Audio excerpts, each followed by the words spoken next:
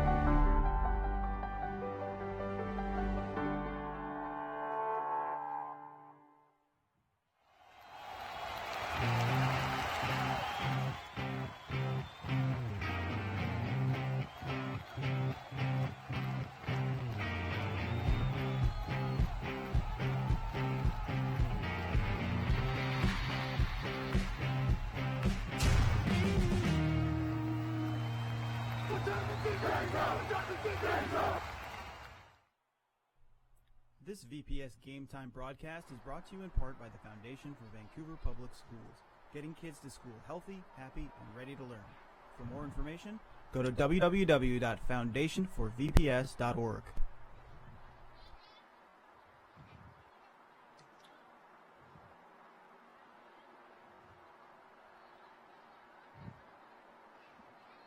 Oh.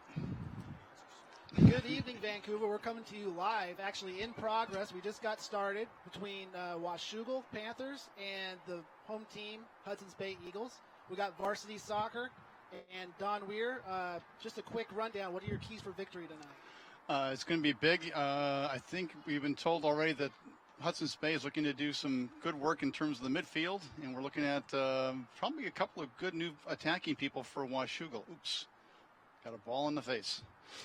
My name is Ryan McCord. I'll be your play-by-play for tonight. And both teams, even records, Don, but they're coming in limping a little bit, struggling, especially Bay. They've been shut out the last 2 games by a total of 12-0.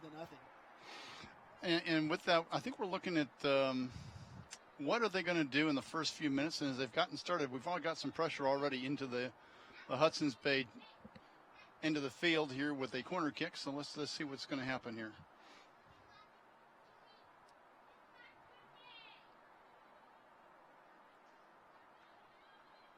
Washougal in the black, Hudson's Bay in the white. Nice cross in. A floated header. Washougal recovers. Long shot too far away. Yeah, it'll be interesting, I think, as we're watching each of the teams kind of pick each other apart a little bit and kind of look at what they're doing. We were told already by the coaches with Washougal that they're working on using a 4-2-3-1 format for the most part. That may change, and that's true for most teams going forward here. And it looks like Bay's doing roughly a 4-3-3 type of a format with 3 people in the midfield. But even that's not looking like really its true form here. We've had 2 shots on goals. Not bad. Yeah, and Bay comes in with a few injuries tonight, and depending a lot on some young players, including a freshman, Maggie McBroom, that Coach Tammy Perkins is really high on early on. Mm-hmm. And here comes Bay. They're really looking, Don, to capitalize on accuracy of their passes at midfield. Good start. Now we're going to get more of a midfield flourish of things. We've got 3 going forward at least from Washougal. It's looking pretty good there.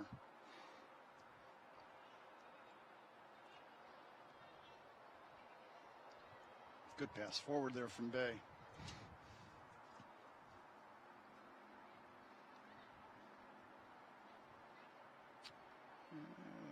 Brooklyn Sievers pass is a little long, so that Tammy Perkins talked about it. They got to capitalize on those passes at midfield if they want to strike early and often, which has been a problem for Bay, especially shots on goal. They've only had a handful of them combined the last couple of games, according to Coach Perkins today.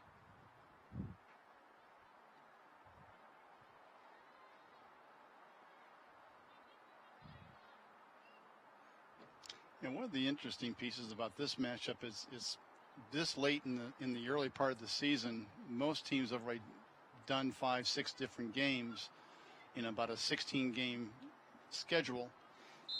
But to have 2 different league teams in a non-league contest like this at this point is a little unusual. Yeah, it's interesting you mentioned that because Coach Perkins didn't really have a whole lot of scouting on Washougal now that they're not in the same league that they used to be. No, that was one of the interesting. We had a conversation earlier. Hudson's Bay actually, population-wise, is probably big enough that they can actually go down to a 2A school. But the 2A, 3A, and 4A in Southwest Washington here is very competitive. It's really, one of the top ones in the state for, competition outside of Seattle. So you've got some good teams in both areas, both boys and girls. So it's kind of an interesting process here. No question about it. And good physical play by Ani Bigelow of Bay. Midfielder, sophomore. Mm-hmm. Now you were mentioning too that they've had a couple of injuries. They do. They have, in fact, they have a senior defensive player, Riley Zimmerman, will be out today. That's an individual that brings a lot of leadership to the team, according to Coach Perkins. She's a defender too, so yeah. That's an important piece. Yes.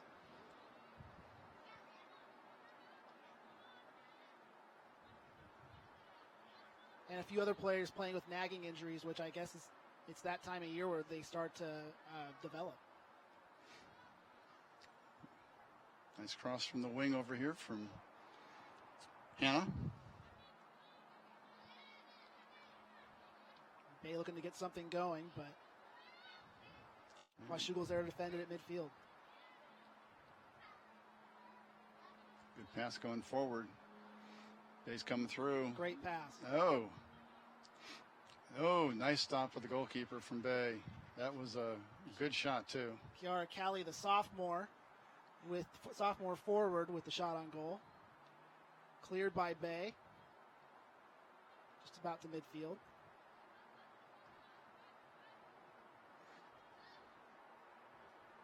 Here's Hannah Mixon with getting it across.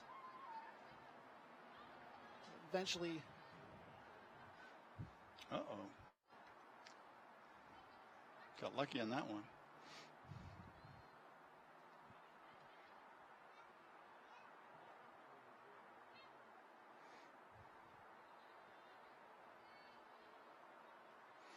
A little more muscle there on.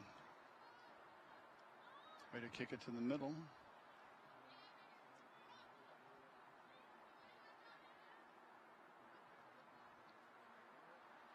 Oh, unlucky. Throw in for Washougal. Yeah, and those finesse passes are the ones that they're going to have to capitalize on, especially early on. Well, and we're finding, if you notice, our viewers will probably see that there's a number of girls looking down towards their feet. They're probably still building those skills, but it's important for a player to pick their head up and really see where everybody else is at. And also for that person who's receiving a pass to be able to pay a little more attention, make sure they get the ball, and then they can move with it. Yep, that was an unlucky one going the other direction now. Both teams are making mistakes.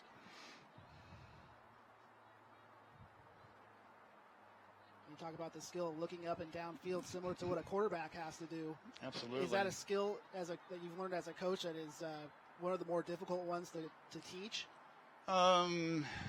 There's different ways to do it. One technique, especially for younger kids at the 8, 9, 10 level, is you play a color game, in which case they have to move with the ball and they have to watch the colors and do something with certain colors at certain times. So they have to learn to keep the head up. When they can do that, then as they get to the high school levels, they're actually at the point where they can begin to start to pick other people out, figure out where people are going, know where people are at, be able to stand with your back to the sidelines and face the field so you can actually see a larger range of things rather than have your body turned in a way that you get blocked out. And that's usually what happens, with a lot of new players who are just beginning to play the game or still working on some basic skills. Yeah.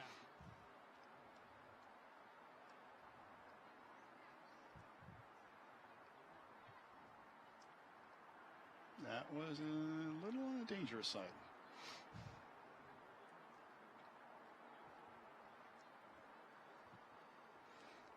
We may want to make a note to our viewers too that if this is your first time watching a high school competition, be aware it's a little different than college or pros like the MLS or European soccer, where you only have 3 subs.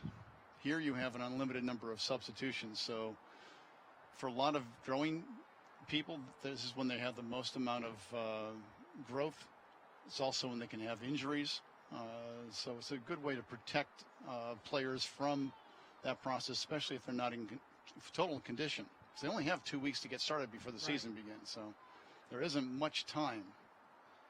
I imagine that kind of gets in the way competitively as a coach because you want your best players out there, but at the same time, at the back of your mind, conscientiously, you're thinking, well, I got to keep them healthy as well. Well, and that's true. And you have to deal with sometimes injuries or academic issues that get in the way, especially with high school, because you have to have a certain grade point and you have to be passing your classes. So without that, you don't get a chance to play. And that could be a factor if it's a good player and they have done some of the athletic work they need to do in academics required to play.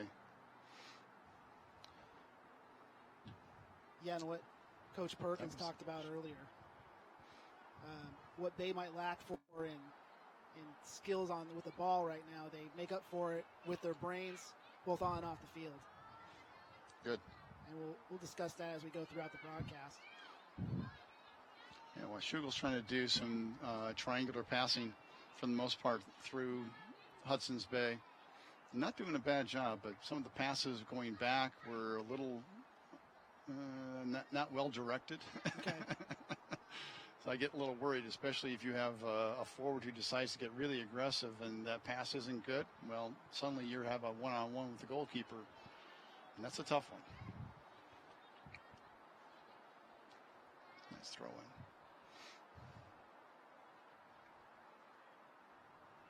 Now, are those plays that the goalkeeper relishes, or are those ones that they Depends fear? upon the goalkeeper. Yeah.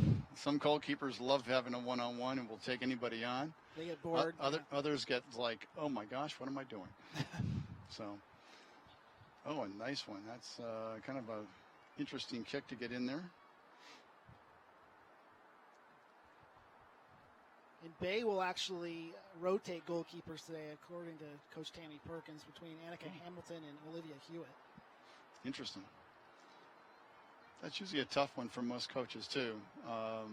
And the reason for that is sometimes you like to have one goalkeeper who's used to doing, they get into a rhythm. And to change up, it's like you're trying to find the next goalkeeper to get them warmed up. And we got our first offsides. Okay. Washougal just getting ahead of the last person in the back there before the ball got passed. And that's another issue that becomes one for a number of referees as well as for teams, and that is, okay, you play your forward close to the line where the backs are, and you try to stay on line. And we get on that offsides. Let's see if we're going to have a replay here. And she didn't seem like she was that far forward.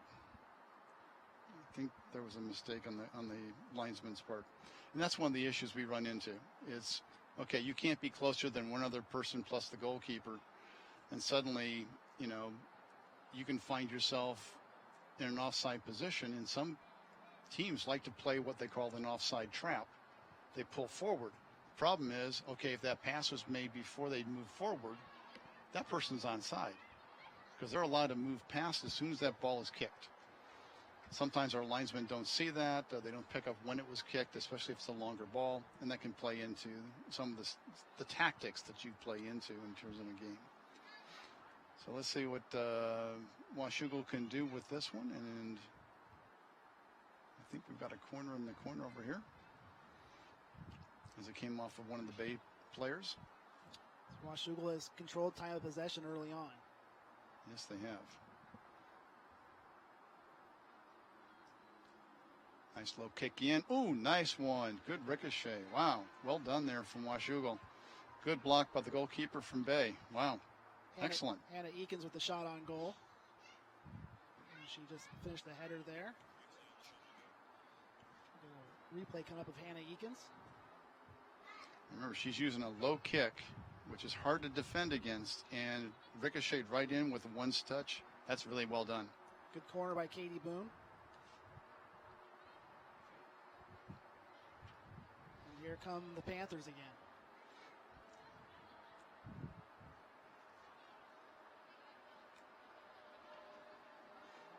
Bay looking to get some kind of chemistry going offensively. With the ball, dear.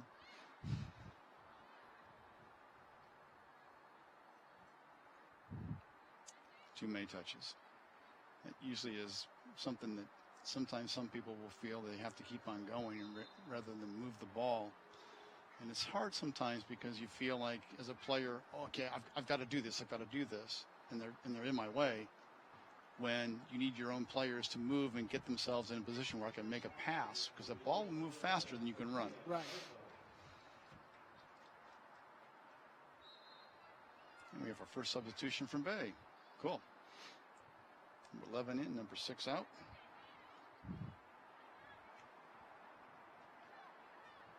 Number 11 is Sophia Vallejo, and she substitutes for Greta Du Bois.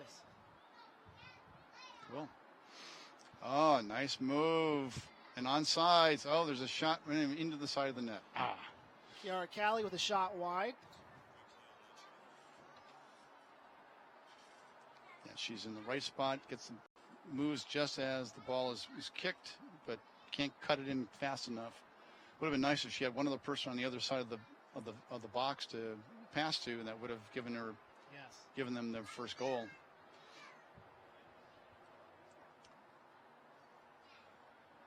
Washougal's had some scoring chances. As long as they keep the time of possession, you got to figure it's only a matter of Bay's time. on the move. Bay is on the move. Bay.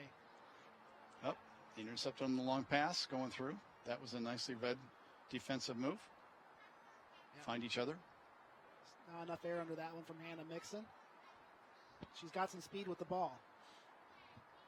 They're doing a nice job of finding each other from the Washougal side. Some passes are a little off, but for the most part, they're finding each other's angles and who's running through. Good passing here from Washougal. Ooh, wide to the right. That's it. That's kind of an energetic shot there at about 25 yards out. Yeah, probably a little bit further than Coach Joey Fleming would have liked, but. Oh, I'm sure.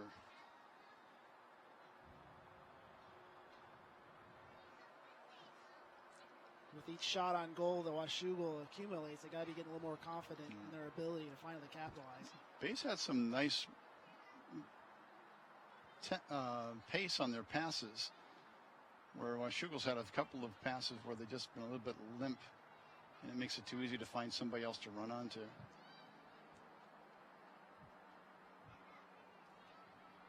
And that pace of the ball will also determine the speed at which you start to play.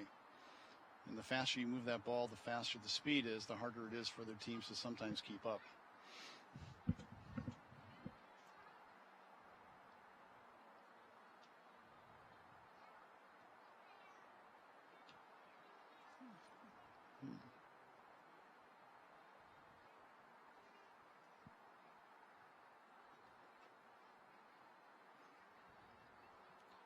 Don, what kind of setups are you seeing from Bay early on here? I'm seeing a little loss in shape. Okay. Especially the backs. They're not holding the line together. They're at different positions. Midfields are kind of like all over the place. We've got forwards for Bay, but I haven't seen a shape that would keep them in possession of the ball for long periods. I mean, they've had some good passes. Nice long pass down the side over here. That's a good one. But one of the things you and I had a discussion about, they were concerned about, was Washougal's speed being a little bit faster than that of Bay's. And we've seen that a couple times. They kind of muscled on each other. Yeah, it's true. Team speed definitely appears to be Washougal's advantage. However, you saw Hannah Mixon right there from Bay. She can really get it going in a 40-yard dash anyway.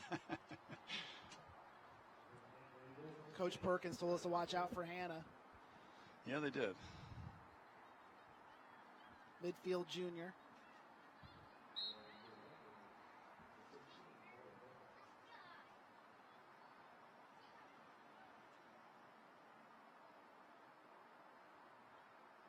Nice move on the line. Oh, wow. Speed on there. Peyton Lindell. Nice job. Oh, right through. Nice. Just a little bit too far. Oh, off the end line. Goal kick. Lindell and Katie Boone with a little give and go action. It was. The last give was a little bit harder than she could control. She had run out of gas after running that far. But that was actually a nice job of that. Yeah, if you look at the shape that Washougal has in terms of their players and where they're at, they can actually find each other. Whoops, one going down. Nice head over. Gerke taking a tumble for the Panthers. And you can see actually they keep at least three backs. So if one right back or left back goes forward, the other one stays back. You've got your midfielders that can pick up and then start to redefend and intercept passes, as well as set up passes going forward. So they're working with each other to try and support the process of passes.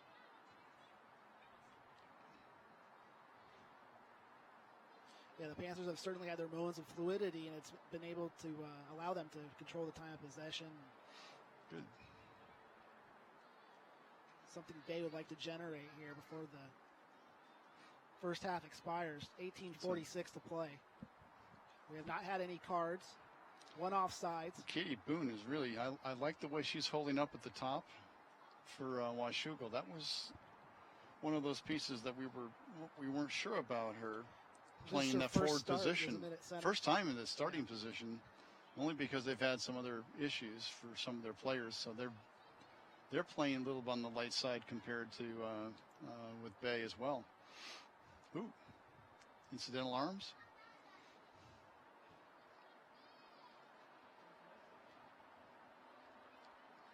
And the one thing I'm seeing from from Washougal, that I hope that Bay can begin to start to get some control of, is that shape, so they can start to find each other and make some of those triangular passes.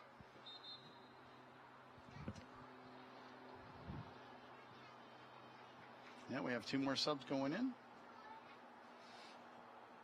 Number 9, number 5 going in. Ani Bigelow and Kayla Hoppe for Bay. And number 17 came out, and I'm trying to see the other one at the moment, number 3. I don't have a 17 on my list. Number 3 is Brooklyn Siebers. Unless we had somebody who'd used another number. And that's a possibility. As long as they have a different number than somebody else, they're usually in good shape. Let's see if I have... Libert Gregory centered one for Washougal. No one there at home.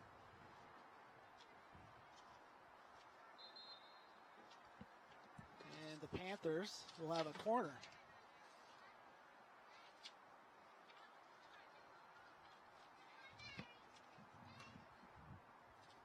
Another substitution for the Panthers, as Peyton Tyaki will come in.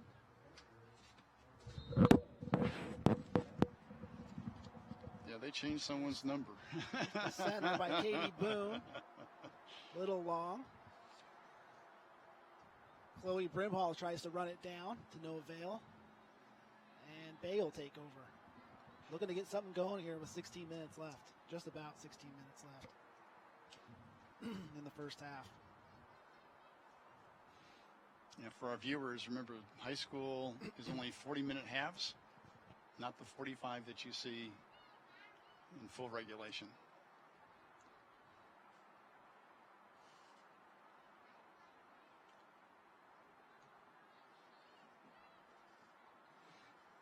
You know, is that a time frame that most coaches seem to agree with? It's good as far as development. The interesting piece is that even for clubs, some tournaments are 45-minute halves and others are 40. If you're looking at a U14 or U13, you're probably looking at about 30-minute halves. And again, it's done developmentally to prepare people as they grow up in the sport to be prepared for that time piece, because you're running the whole time. Excellent pass by Hannah Mixon. Oh, great pass. Oh. Greta Du Bois tries to center it herself. Work her way to the center. Paige German has it now to Du Bois. Du Bois will lose it to the Panthers. Yeah, only moment, Charlie, because the clearance was right back. Oh, my goodness gracious. A wild kick that could have gone in. Sometimes those get lucky. Hannah Mixon will take anything she can get, because the Bay has, I don't believe, does that count as a shot on goal, Don? Yes, it does. Okay. Might be their first. It wasn't right on target, just over the top, but for a ball that could have dropped in over the goalkeeper, yeah, that could have been a difference maker right there, just by the effort to do it, which is nice. That's one of those passes that didn't quite get to where it was supposed to go. Thank you for coming back for it. Oh, see? Bay's right on top of it. Bad pass in midfield. Up. Paige German. You gave it away. Now you've got to throw in for Bay. Deep in the attacking third. Defending third for Washougal.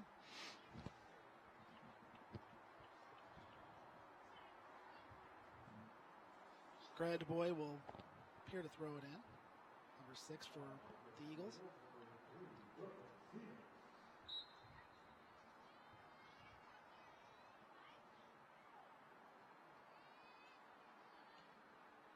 Headed by Bigelow, but Nice clearance. cleared by Washougal.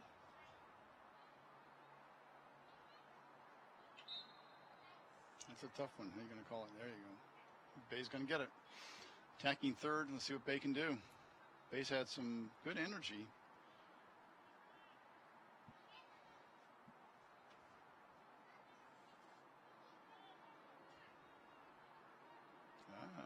Dead ball. Good direct kick here. Kayla Smith,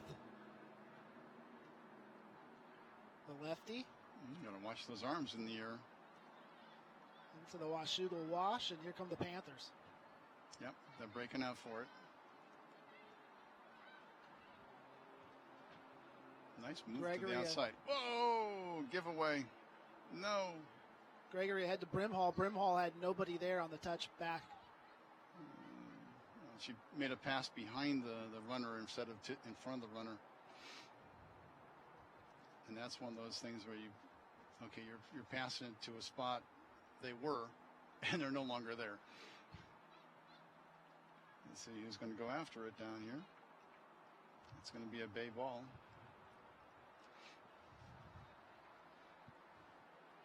That wasn't a bad cross for going across the pitch and changing the point of attack. Not at all. But there's nobody there to run onto it. Nice one. Nobody there. Oh, got a wide open ball. Watch it. Goalkeeper cannot pick up the ball when you kick it back to him.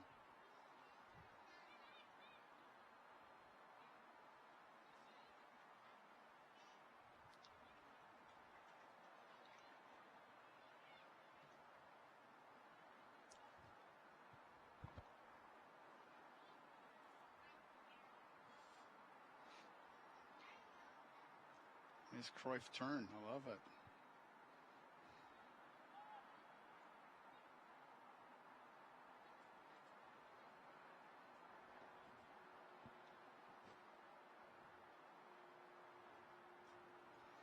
And Mixon gives it back to Washougal.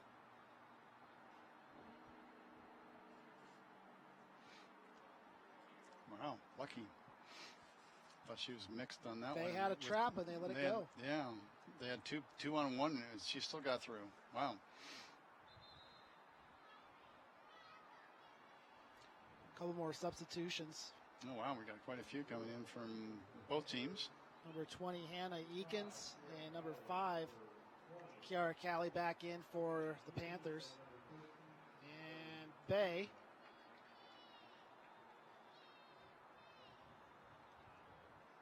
Number 8, Paige German, coming out. And 17 is a forward.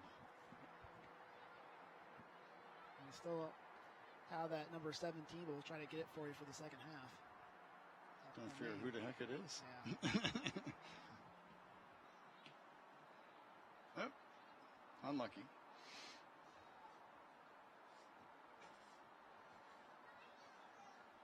So far, we've gone back and forth. We haven't seen a whole lot of anything. We've had a couple of shots on goal from Washougal. We've had another shot on goal from Bay. So, kind of a. Can only get better in the second half, right? You got it. We're 9 minutes, or under 10 minutes to play now. And then your final 10 minutes of play. Let's see what they can do. This should be when they really put some energy on, trying to.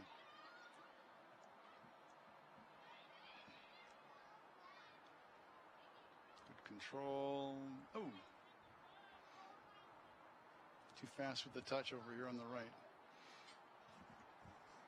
Number 5, and that was Kiara Caley. Kiara Caley, I should say.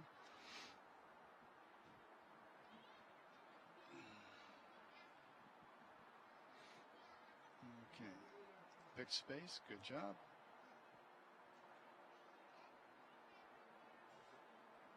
Good control.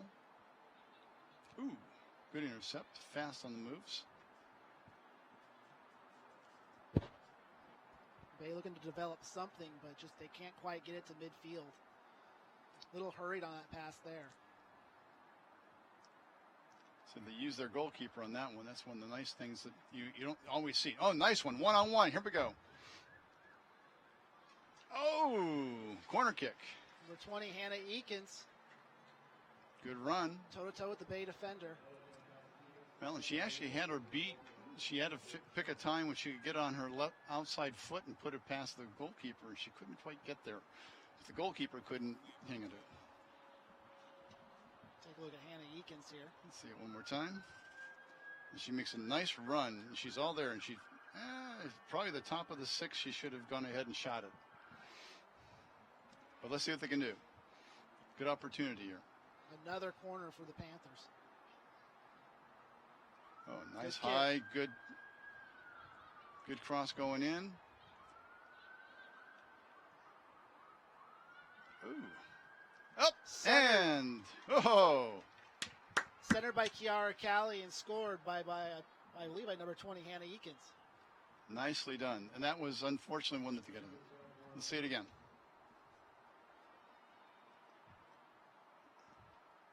She bounces it off. They've bounced it off a couple of people, but it doesn't go far enough away. Off the Bay foot, and Eakins, who got the ball down here to begin with before the corner, takes advantage for the Panthers. And that's a tough one. You have a scramble in front of the goal. As a defender, you need to get that ball cleared as far away from the 18 as you can and as many yards away. And that one didn't go very far, and that's why the Washougal has a goal right now. Washougal strikes just over 7 minutes to play. And Bay's on the move. That's good. Yeah. It's interesting because if one team scores, both teams, that team is usually vulnerable for about a 2-minute period. Good point. When they kind of let down a little bit, and the other team can usually attack real fast. We've seen that in MLS. We've seen that in college. And that's one of the nice things right now. You're starting to see Bay actually start to put a little bit more pressure on. They can just control the ball a little bit. Oops. Excellent point, Don. It's not like American football where you can just put your special teams out there and they can worry about the next play. You have to transfer over from we just scored, hooray, hooray, to we got to stop them now. Yeah, we call it a transition, and it's a difficult process to try and teach that skill, because if you can't make the mental change, okay, I was attacking, now I'm a defender, and you have to think about your position and where you're at, where everybody else is, where the ball is. There's a lot to it. Good shield, good turn. Let's see what she does. It goes out. That should be a corner. It's Hannah Eakins again with an aggressive second half here, or second part to our second half, as she scored a goal and bringing Washougal back down to Bay territory again.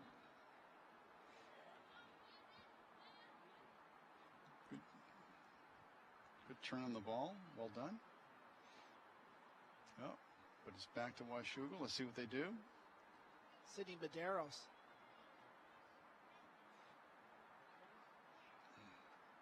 Try to get something set up for the Panthers, but see, it's interesting. You're keeping 3 defenders back. Finally, you bring one of your center backs forward.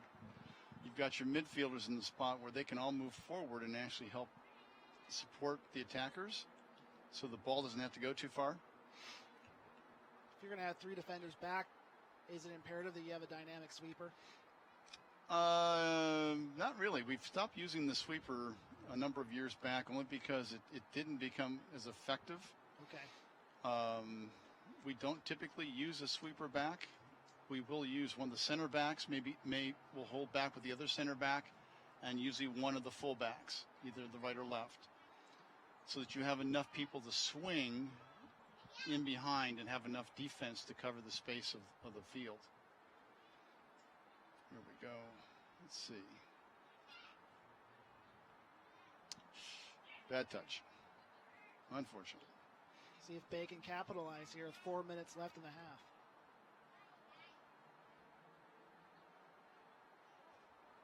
Good throw in. Both teams look like they could use a timeout right about now. Yep. Yeah, they'll get about 15 minutes. At what point, Don, do you think that fatigue really does start to settle in? It's already started. Okay. If you have a young players that aren't well trained, they aren't in good physical condition, they're not used to running 90 minutes and more nonstop, it makes a big difference in terms of what's going on. The benefit of having unlimited substitutions helps mitigate that a little bit. But if you've got the fitness level, it's hard to beat it. Ooh, good defensive move. Well done. Move down the field. Nice one. Well, oh, it's unfortunate. That one they were moving down the field nicely, but they've given the pressure. We have two Bay players on Washougal. Nice. That's something that we haven't seen until now. Bay defense showing some grit here towards the end of the first half. Yep.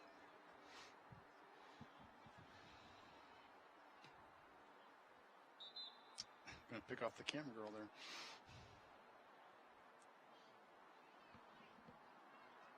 Well, it's a beautiful night to play soccer here tonight. Oh, it's absolutely gorgeous.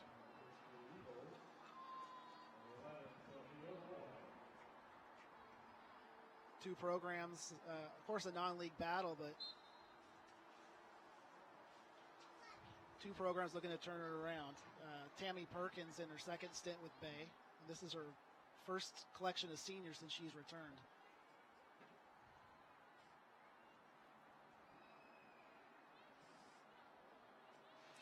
Yeah, she took a few years off. She did club ball for a while. She was involved with, I believe, Washington Timbers FC. So she's always been in the game, but she has a good feel for what she does have, and she's got some. Well, we've got a runner here in number 17. We don't have a name, unfortunately, for that number because it's not on the roster.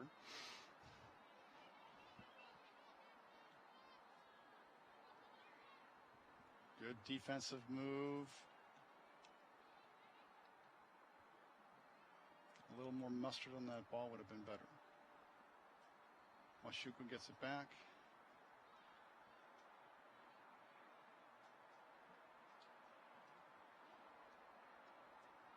Bay's starting to set up. I'm looking at their back four. Yes. They're starting to actually line up a little bit better. You're starting to see the midfield hold back in front of there a little bit. And who's in charge of setting up that back four? It's kind of a conglomeration. Usually you'll have a captain for each of the lines to help keep everybody going. Keep fighting for it. Keep fighting for it. Oh, I think she got a corner on that one. Yes, she did. Good effort. Greta DuBois. She's been down here a few times. It was an excellent effort, as you mentioned, Don. And I think it's their first corner, in fact.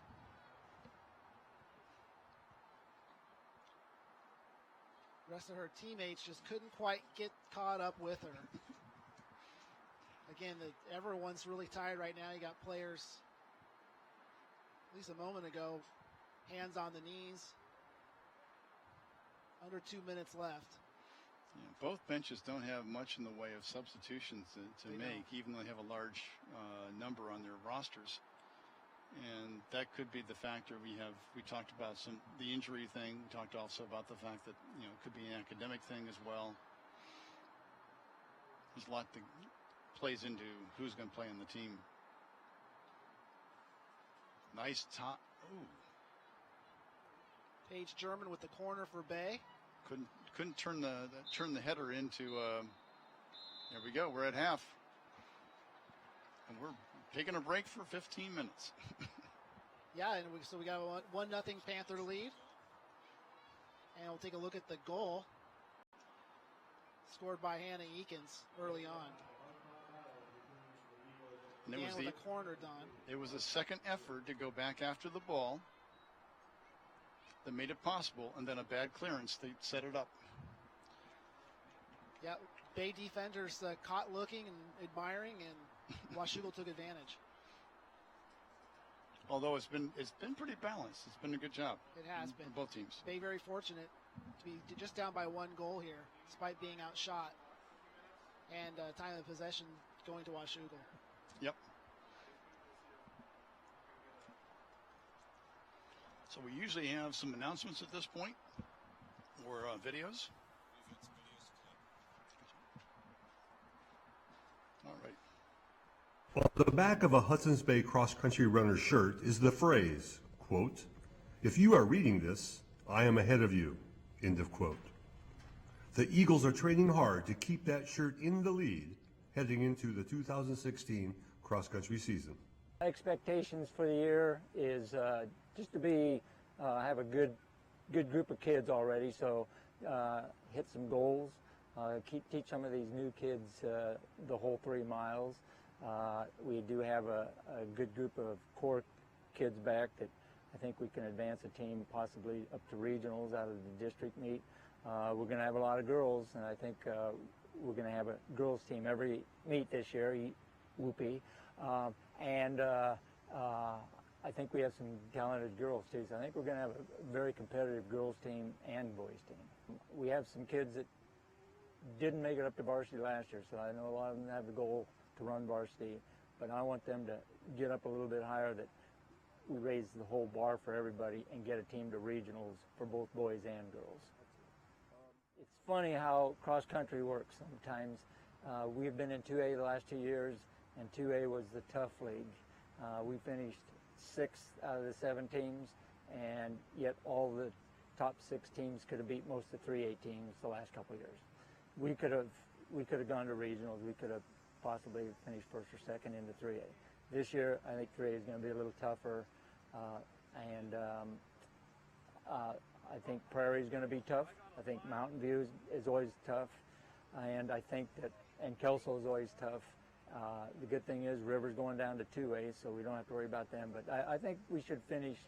My goal for them would be finish in the upper half of the league this year.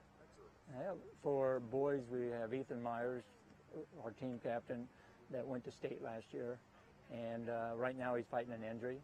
But Ethan would be top of my list. We got Thomas Goody back. Also, this will be his 4th year as a letterman. I had to throw him in as a freshman running varsity, and then we got Adam McBroom back. But again, both of them are fighting injuries, but they will be back. And then we have some rising stars like Caden Hebert that had a breakout year in track, and I think he'll be competitive. I think Micah Turner might be one we'll have to be looking at. And then on the girls' side, we have our team captain is Diana Stelmach, who's coming back for her 3rd year. And with her, I think we'll be having Gabby Guerrero, who had a great year at track and became a good, tough runner. And I think she'll be our top runner. And I foresee state for her, definitely. New coach, new players, new league. These factors faced the Hudson's Bay boys tennis team this fall. First-year coach Charles Hahn likes the new challenges that await his Eagles this season.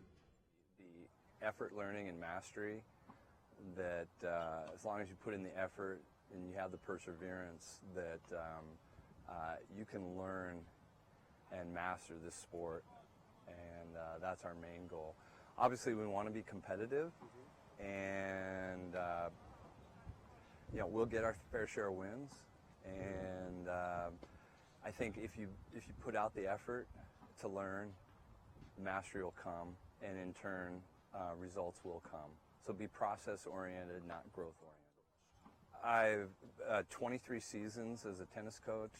I've also coached golf, and it's in 2 states. So I love what I do. And Prairie and Mountain View will be tough. It'll be formidable. They usually field fairly strong squads. I mean, competitive squads. Like to hope that we'll get our rival Fort Vancouver, and I think we stand a good chance of that. And hopefully we'll be competitive with Mountain View and Prairie. Alex Murtaugh. Alex is a senior. He was just voted captain by the players. And there's also some other goods, AJ Albrecht, Andy River. So we have a good nucleus to build off of here. So. VPS Game Time provides students with an experience unlike any other. If you like sports or technology or just want to try something new, VPS Game Time lets kids support their schools in a new way. With professional broadcasting equipment, you can work behind the scenes to produce a live sports broadcast. There's a lot of action inside, but there's just as much out here. Whether that be creating the digital scorebug you see on screen, running instant replays, getting the perfect shot, or even directing the broadcast. You can be a part of the team and help bring these broadcasts to life. If you're interested in helping out, talk to Nick Voll at nick.voll@vansd.org. Come join VPS Game Time.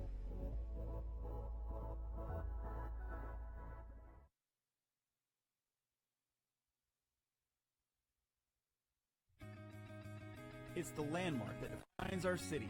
Fort Vancouver is full of history, and today, it's also full of inquisitive young minds from Vancouver iTech Preparatory. They're turning real history into virtual reality. Teacher John Zingale tweeted out, "It's official. iTech Prep and Fort Vancouver are partnering to bring social studies and STEM together using VR." Our social media posts about what's happening in Vancouver public schools. This is VPS Success.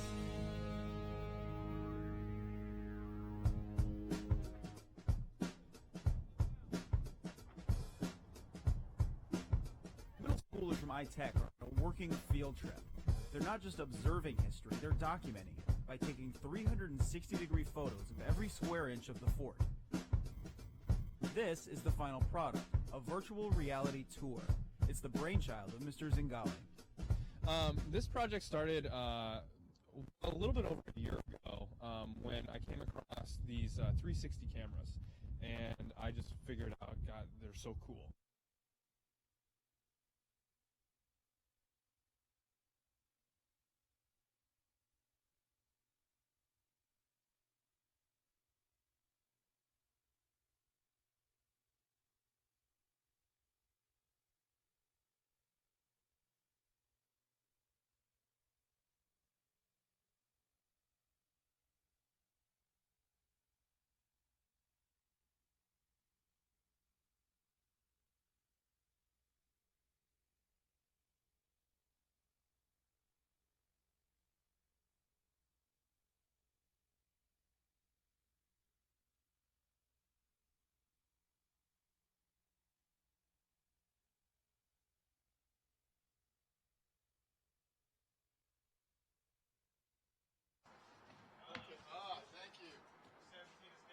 That's supposed to be on the roster. I know. The officials, because otherwise they can be in trouble for that.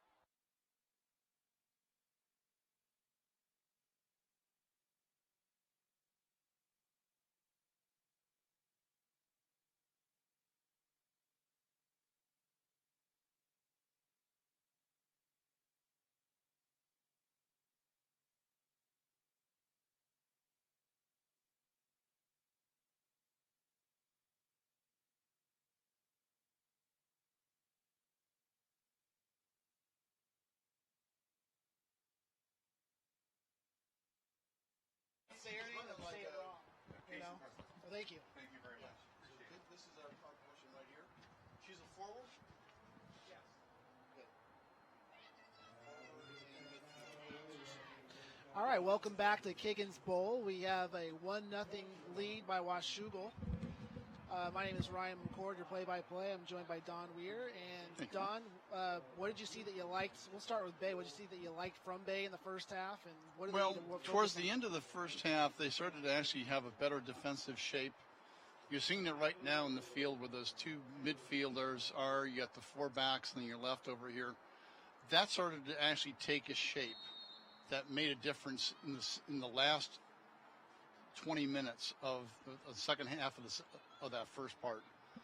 So out of the 40 minutes, now we're looking at Bay making a real concerted effort to try and get passes and get forward. This is looking much, much better from Bay. Much better from Bay. From Washougal, I saw that a lot more triangular passes, a lot more trying to keep control, still making mistakes. but I think for the most part, they've had, as you mentioned, more of the possession. Nice stop of the defender for Bay. This is our second goalkeeper. Second goalie, that's right.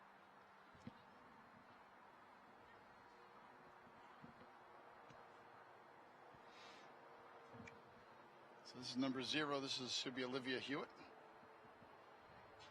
if I'm correct on that one. And fresh into the game, every goalie's got to like that. Starting the second half with a shot on goal right away. Gets the butterflies off. Lifted, doesn't it? Well, she had a nice stop through her hands. Not a bad job there. We are seeing a better shape at the moment from Bay. And it's going to be, can they actually win the one-on-one matches that they run into?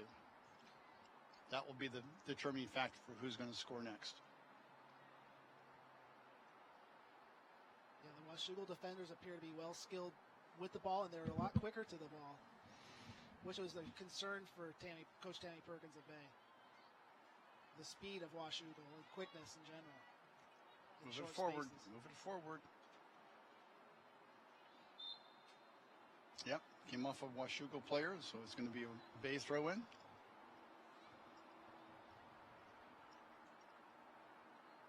Now, even that we talked in the first half, for those of the viewers who maybe just joined us for the second half, the goal that was made by Washougal was a poor clearance by Bay. Off the 6-yard line box there, out maybe 6 yards is all it went, and turn around, wham, right back in. So hopefully we can see some good effort on their part. Not a bad ball in, but nobody there to pick it up and move with it. Bay coach Tammy Perkins said that a big key to the victory was accurate passes for Bay. We have not seen a whole lot of them. We've seen them from time to time, but not a whole lot of successive accurate passes in midfield. Bay, as a result, Bay hasn't been able to get a whole lot going offensively, and that's something that they're clearly going to have to figure out in the second half. Mm-hmm. Definitely very true. And here comes Bay. Great. Oh, what a block. Number 8. Oh, and a good effort on the second ball coming back out because the goalkeeper didn't hang on to the ball.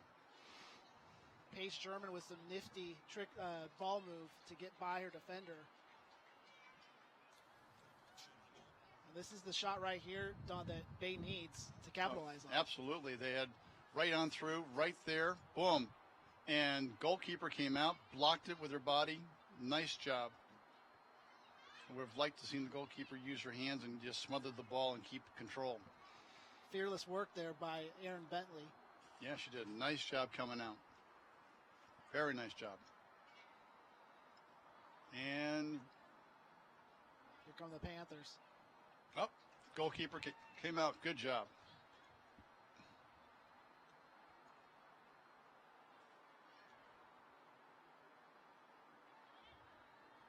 Olivia Hewitt is ready to go at goalie for Bay. And here comes Hudson's Bay again. Oh. Looks like Washougal's having a hard time trying to clear the ball.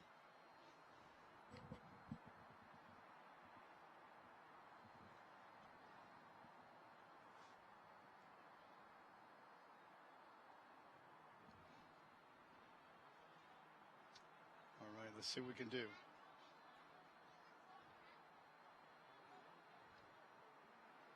Good job by the Bay defender. Get in front of the ball. There you go. Yep, out for a goal kick.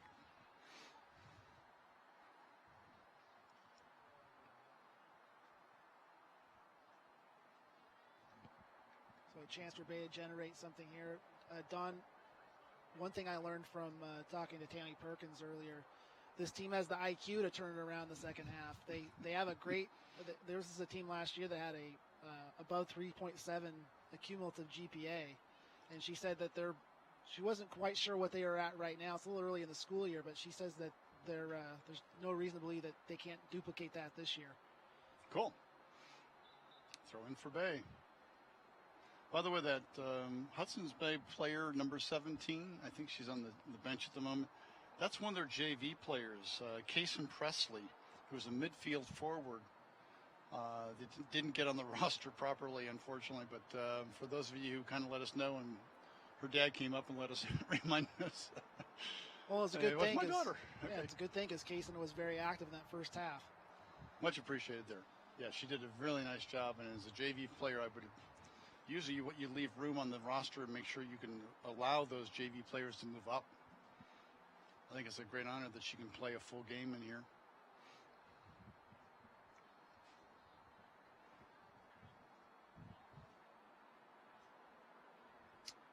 And throw in time.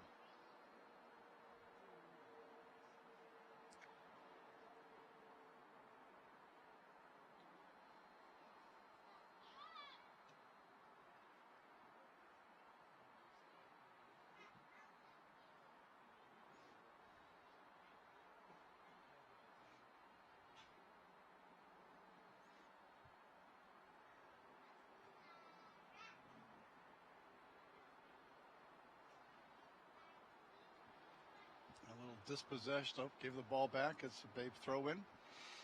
Saw some pretty good movement there from Washougal, but they're getting a little flustered, I think. Yeah, the Eagles have definitely come out a little bit more aggressive, trying to get back into this soccer game early on.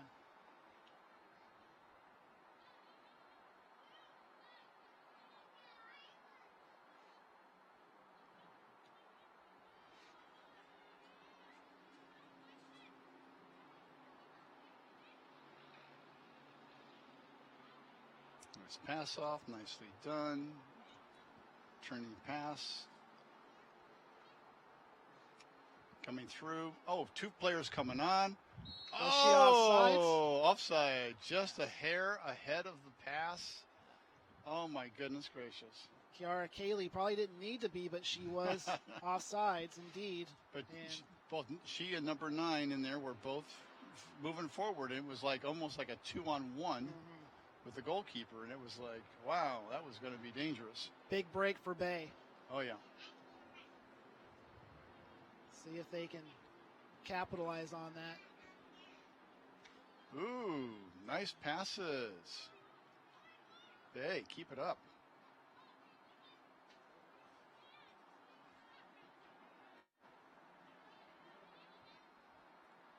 Oh, unfortunate. They still looking to turn the corner offensively. Well, that was one where the midfielder just got a little panicked. That was Mawani Bigelow, and just hit it just a little too hard. Go out of bounds instead of trying to control the touch a little bit more.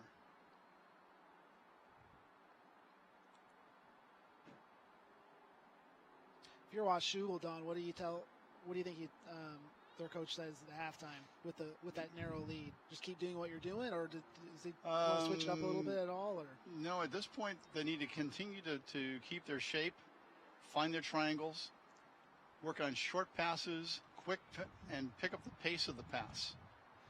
I would like to see the passes move a little bit faster. Bay's had some pretty good speed tempo on their passes, so that's been one of the things that's been kind of interesting. If it can be a little more accurate, makes a whole difference for what they do going forward.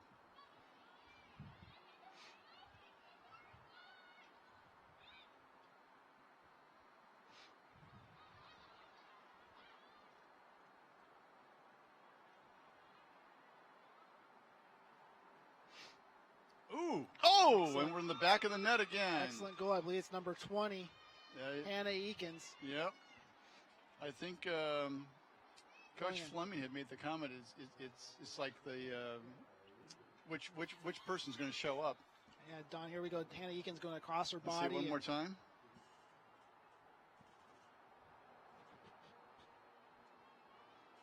And that should be 2-1 now, Washougal.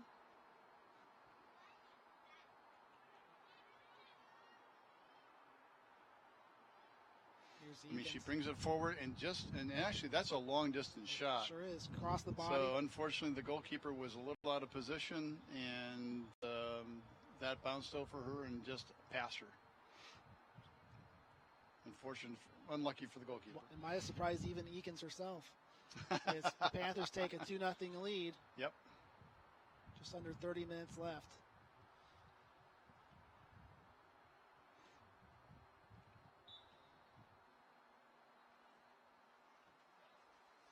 Now he's indicating it's a bad throw-in, so it's actually. There we go. If you're Bay, it's not quite panic time yet, is it? But at the same time. And typically, we don't see a bad job with the throw-ins. What will happen sometimes, they'll pick up the back leg, and that's a violation. You need to have both feet in contact with the ground when you do your throw-in. You can have one of your feet on the line, and some people don't realize that they can actually touch the line to throw it in. Ooh, that almost became a third goal right there. Sure did. Just a mackerel. foot or two above the crossbar. Need to get that. Yeah, people are getting tired. You asked me a little earlier about, when does it start to kick in? It kicked in right before the halftime. But now we're seeing, okay, who can actually go the measure of time here for the last piece of the whole 80 minutes. And right now we're at 51 minutes total, which means we got another 30 minutes to go. We're going to have some tired legs and some tired ladies. So can the Panthers hold off Bay and out muscle and out condition them as they try to fight back into this game? Oh! Goalkeeper couldn't hang on to the ball. That's 3. And Kiara Cayley finally gets one after she just narrowly missed a goal a minute ago. She's the beneficiary of a nice center job by Washougal. Off a Bay defender, I believe, wasn't it, Don? Yep. Actually, it came right off and the goalkeeper almost got her hands on it, but couldn't hang on to it, so it went past her. Before they're going to do a kickoff here, but we're going to see this goal one more time. Here it comes in. She touches it, and then boom. As soon as it gets out there, she's already there on top of it. This is where the goalkeeper has to use both hands, hold the ball. Did you see any hesitation there by the keeper in the first place, setting up? A little bit. She wasn't quite sure. I think she took her eyes off it momentarily. She got one glove on it, but not enough to stop it. And all it did is it dropped right in front of the person who was the Washougal player. And that's unfortunate. That's just a mental mistake at that point. Ooh, very aggressive from Washougal right now. They're feeling very antsy.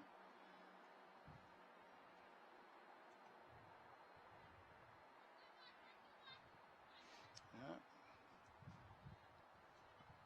The referee may be a little more forgiving in some cases for handballs, but for the most part, usually if the hand is in a more natural position and it's not deemed to be on purpose, the official can let it go. Do teams that are losing at this point of the game by this much tend to get a little more aggressive with their emotions and their physicality? They can, and sometimes to their own detriment. It's important that you play within yourself and that you actually play together as a team. And sometimes from some experiences that I've had is that suddenly you've got people who decide they're all playing as themselves, as one person, and not as a team. Yeah. And Washougal in total control offensively right now. Yep. Okay, different angle on this one for the goal. Kiara Kicks Cayley. in. See, the hand is right there. Yep. Goalkeeper's a little bit to the left, sort of centered up on the ball. She had a step forward, didn't quite get both hands on it, and because of that, it drops right to the opposing player right in the box. Just like the Panthers practice it, most likely. There we go. That's much better. You got 2 hands on the ball, and she's got more control.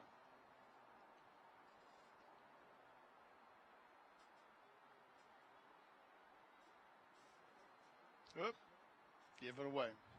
Throw in for Bay. When a defender, when a goalie has the ball, can they be touched at all by the defender? They usually protect the goalkeepers pretty good because a player can challenge a goalkeeper,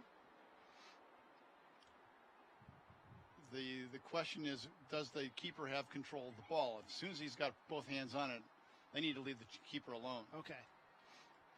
And you'll see even when you have practices with your own keepers, with your players, they will step over, jump over, dive over, whatever to avoid the keeper.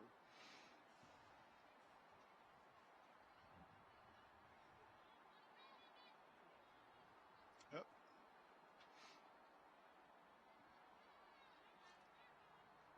It's Washougal's number 10, Sydney Medeiros, that knocked one of the girls over and tried to help her back up.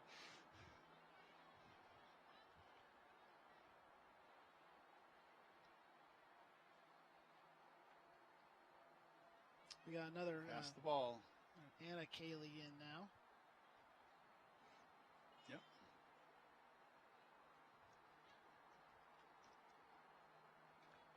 Anna Eakin sets it up.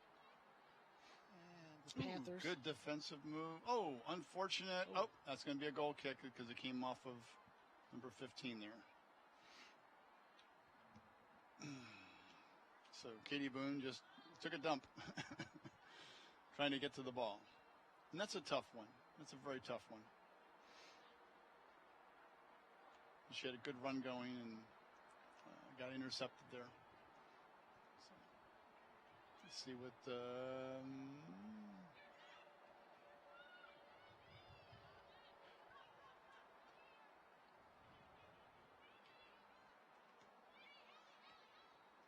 At what point does Bay try and... I know soccer's different than most sports, but are you thinking about taking a timeout with 20 minutes left and just kind of regrouping and talking about what we got to do to... There's no timeouts in this game. There's no timeouts in soccer. Nope, none at all. Learn something new every day. You will play until it's over. Okay. Now, the official does have the right to make play go a little bit longer if he's stopped the watch enough times, if there was injuries or other problems. He might extend play just a little bit because then they have to need to play the up. That should actually go for a corner kick over here. Yeah. Hudson's Bay has another corner. Good opportunity. Poor choice by the goalkeeper of Washougal. That you need to kind of keep in play. That's one of the interesting parts about soccer. You can't stop and call a timeout like you can in American football or some other, okay, well, I don't need a time. I need to talk to the players for a minute. No. You don't think that's something that you'll ever see changed? It's been around for... Since day one. Let's see. How long has FIFA been around? Okay. 500 years, maybe? We're talking? No. And it was designed the way it is.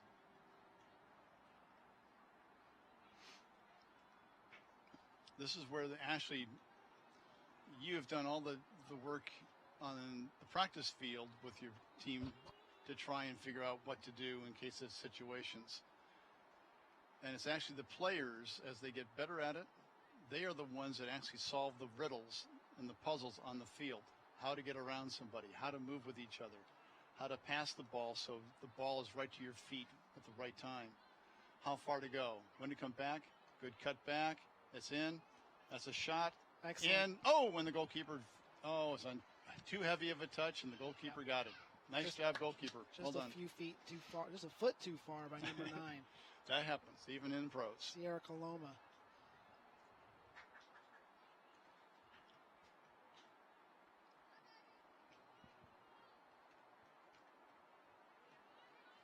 So from a coaching standpoint within the game, is there times where you feel helpless, or is it just, it is what it is? You can't, because obviously you can't communicate as much.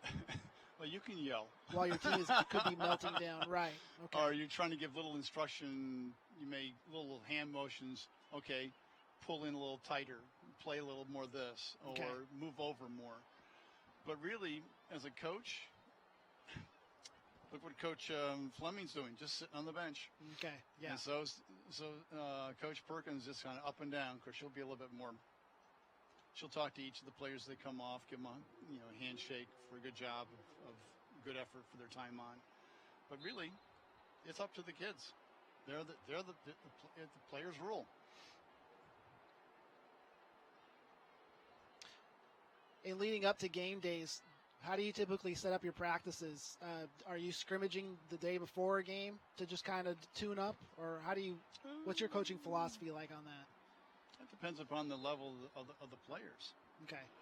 So, it gets really difficult because you're trying to be developmentally sound to provide those players with a good practices in there. And unfortunately, with high school season, the girls are playing 2 days out of 5, which means you have, maybe your Monday can be a little bit more stressful, but maybe you have to have Saturday practices in order to have enough practices in even to work on some of the things you want to work on. And the scrimmages, usually you'll finish with a scrimmage.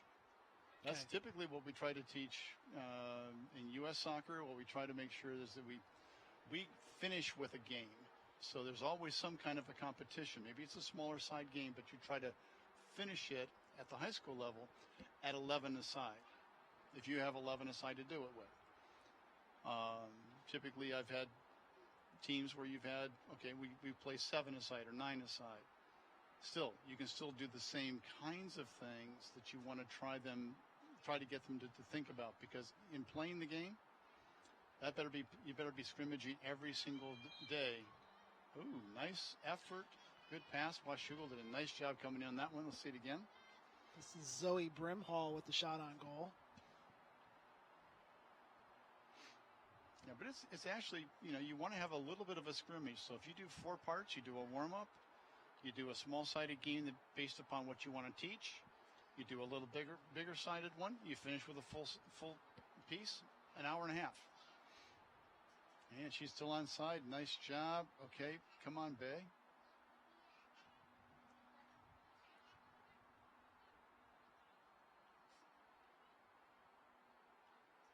What do you find is the best way to condition your team for game day? Or is it more just the marathon than before a game, are you doing anything day before a game leading up to the game? Are you doing more conditioning, less conditioning? How does that work? No, usually before a game, you might use an intermediate type of training where you're doing a number of touches, so forth. Usually you want about a 24-hour to up to 72 hours of actual rest, especially with AstroTurf. Shot on goal by number 9, Sierra Coloma. Get some nice combinations. Yeah.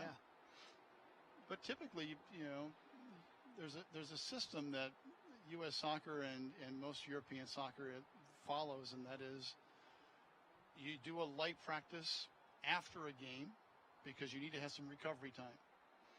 So if let's say today is a Tuesday, tomorrow they'll have a light active practice. Not a lot of touches, not a lot of running necessarily, but maybe working on just some set plays, maybe some little pieces they want to work on. Get ready for the next match. Yes. Okay. Friday will be, a little bit of a rest day. You still come back in.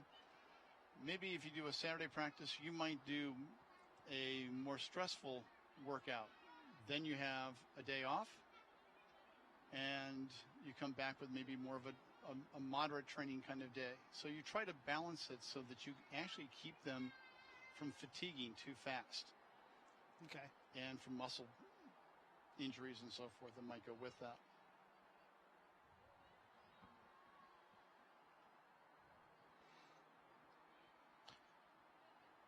.34 and counting here as the Panthers continue to lead 3-0 over Hudson's Bay Eagles, the home team here at Kiggins Bowl.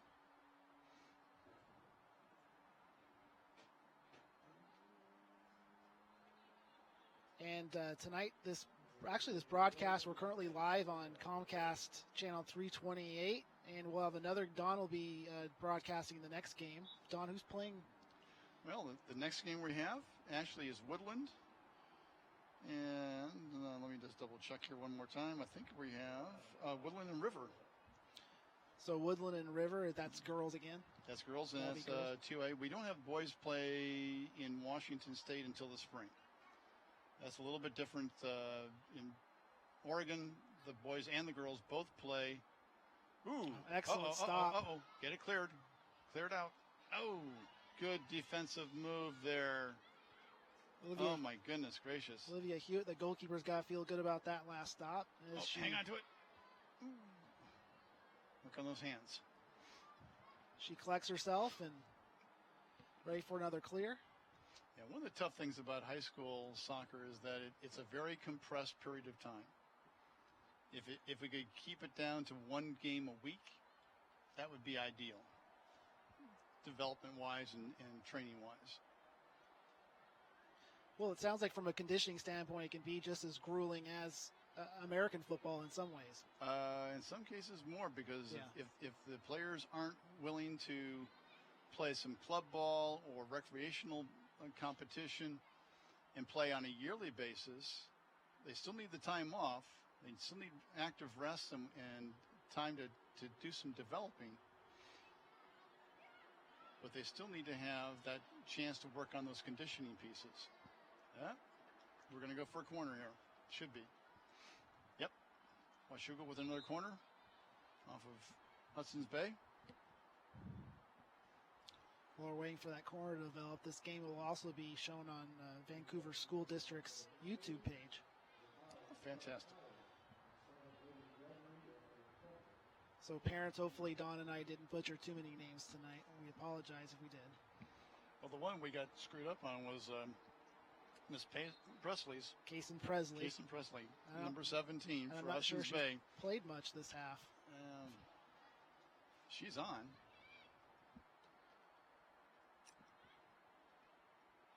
Oh, yeah, she is out there now.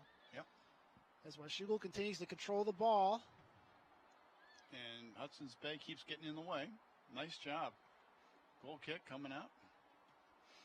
Bay actually has looked pretty good in some defensive positions, but just little mistakes have given Washougal the lead here.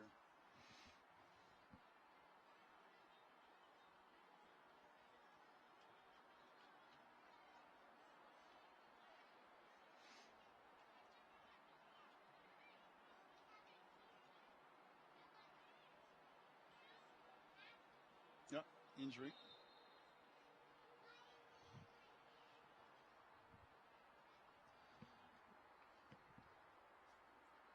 Kayla Hoppa, number 5, the senior.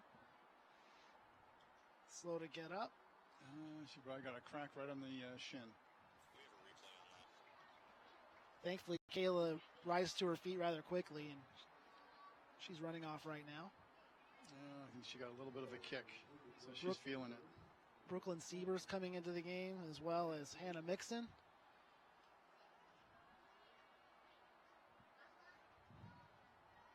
For Hopa and Greta DuBois, I believe. Mm-hmm. I beg your pardon, Annie Bigelow coming out of the game, number 9. It's about 11 minutes to go in this one. Washougal Panthers shutting out the Hudson's Bay Eagles 3-0. 2 goals here in the second half. One by Kiara Cayley and another by Hannah Eakins. Eakins has 2 this game for the Panthers. Don't see ice going onto her ankle or shin at all, so must not be too bad.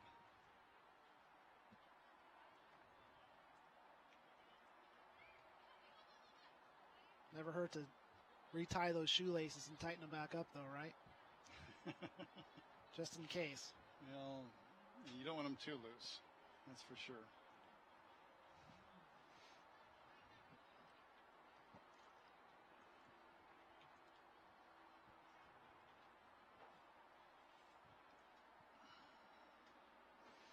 And we're getting just kicks and some not well directed, unfortunately.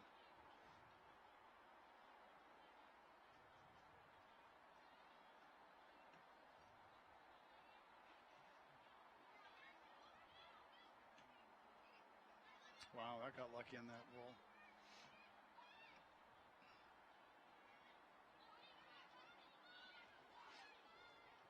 Here comes Eakins again for the Panthers. Bay looking to avoid their 3rd straight shutout.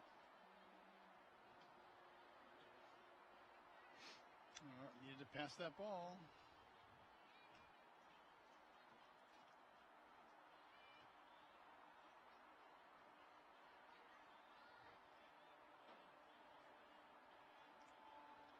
Good effort by Bay. All three forwards coming up on that one. That was, unfortunately, they couldn't figure that one out. Yeah, best scoring opportunity we've seen from them in a while.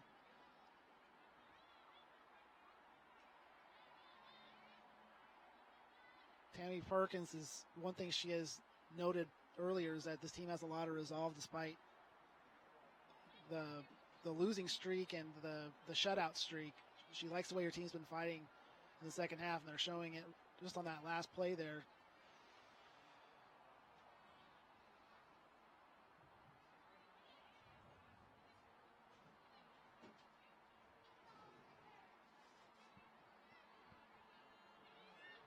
And the final 8.5 minutes.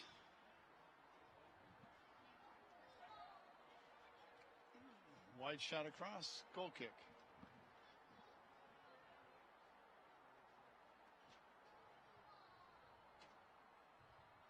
Mentioned Tammy Perkins as being her second stint, Don, with the Eagles.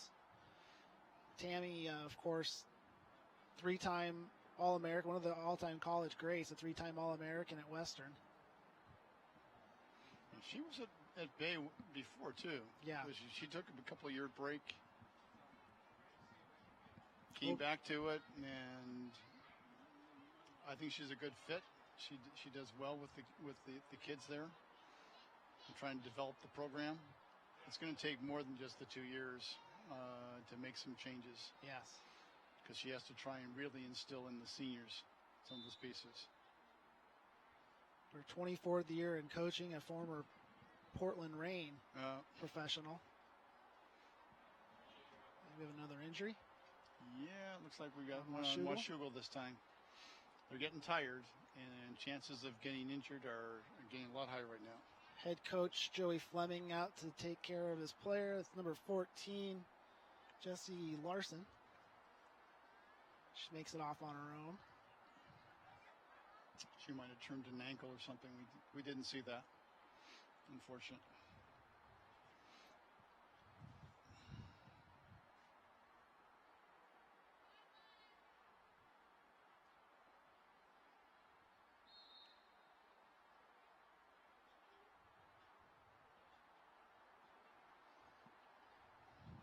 At least she seems to be walking all right. As we get the ball at midfield, here comes the Panthers one more time. Anna Cayley coming down, and she loses to number 14. She got it back. Oh, unfortunate. Couple of Lindell took the shot and went over the top. Got a few Bay players out there now whose numbers we don't have on our roster, but including number 14 who was defending on the play. But the Eagles will clear nonetheless. Look to get maybe another shot on goal or two before this one ends with 5:57 and counting. Trailing 3-0 to the Panthers of Washougal.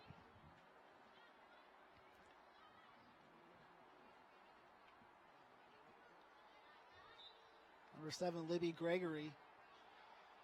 Still showing a burst of speed, but couldn't make anything out of it as the Eagles will take over again.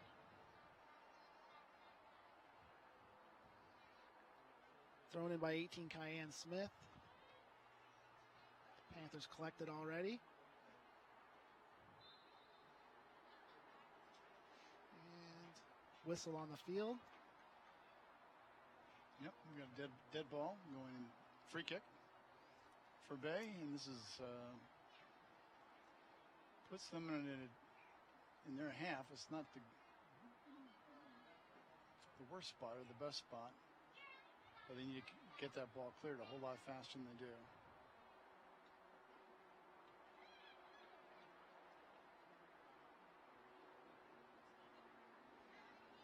Goal kick again. Here we go.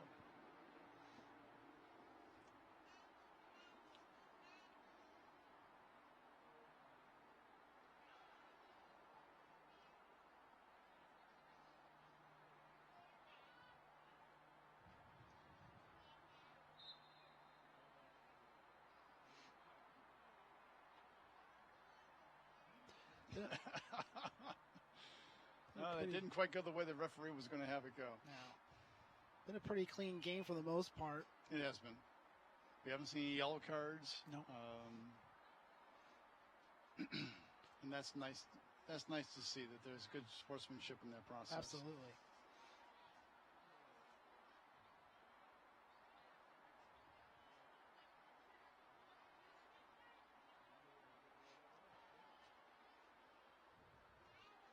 Hannah Mixon looking to get something going for the Eagles. She centers.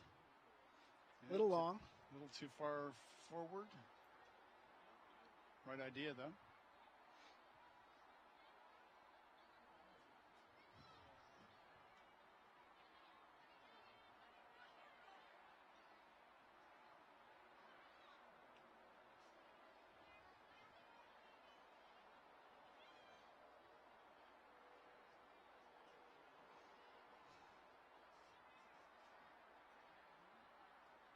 While our time's winding down here, I'd like to thank our production crew. Done an excellent job with our replays and making life easy for Don and I in this broadcast.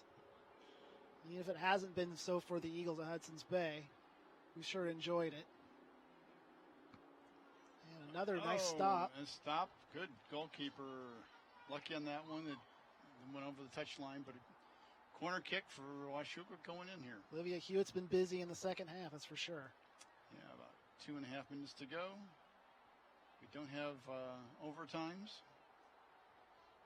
The only time we run into that is when we have championships, when we're at that state level.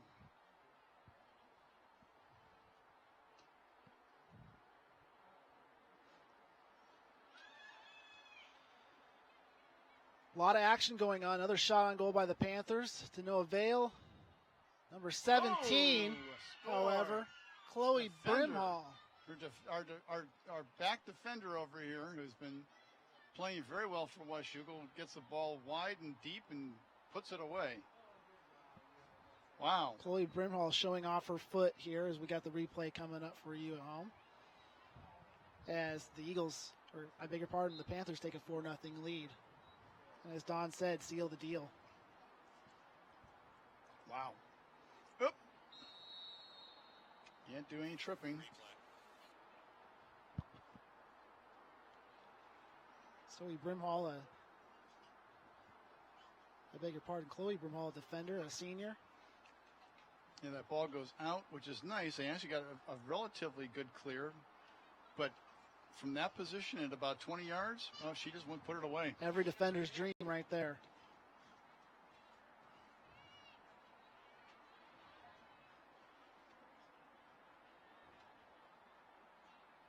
Stay with it. See, that's teamwork where your back comes over. Suddenly you've got people in multiple positions. They can actually get to the ball.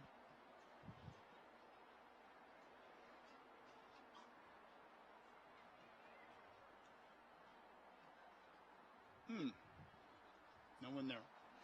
Unfortunate.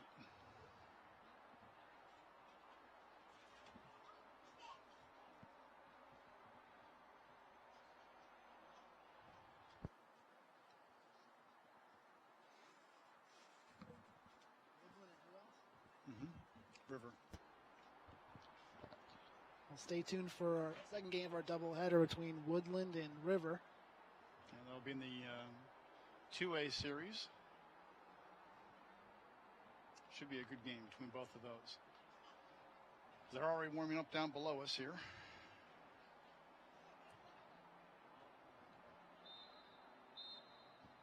That's it. There's your Full three time. whistles. And we have it 4-0 Washougal over Bay. We thank you for joining us on this Vancouver School District broadcast. Again, we're on, join us for the second half of our doubleheader between Woodland and River.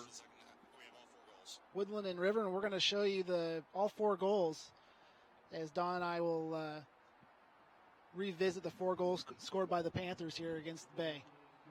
3 of them coming in the second half. And the first one, Don, I believe, was by Hannah Eakins, right here, number 20. She turns it. It's just not cleared, and that's a great shot right there on goal, right in front. The first of two for Hannah. Yeah. And this one will be, I believe, it's in our second half, Kiara Cayley, who was an active player tonight. Yep, right past the goalkeeper. Again, one at distance. So we've actually had two at distance out of the four. Here comes number 3.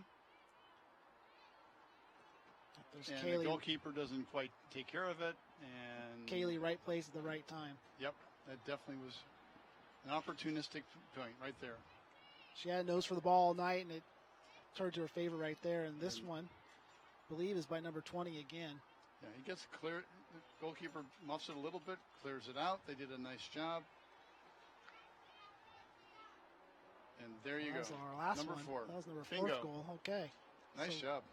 4-0 Panthers here at Kiggins Bowl. Thank you for joining us.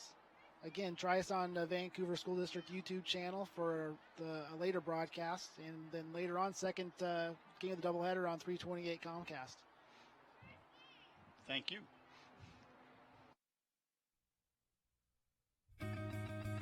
It's the landmark that defines our city. Fort Vancouver is full of history, and today, it's also full of inquisitive young minds from Vancouver iTech Preparatory. They're turning real history into virtual reality. Teacher John Zingale tweeted out, "It's official.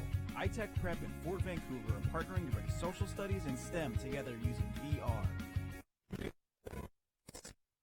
Social media, best posts about what's happening in Vancouver Public Schools. This is VPS Success.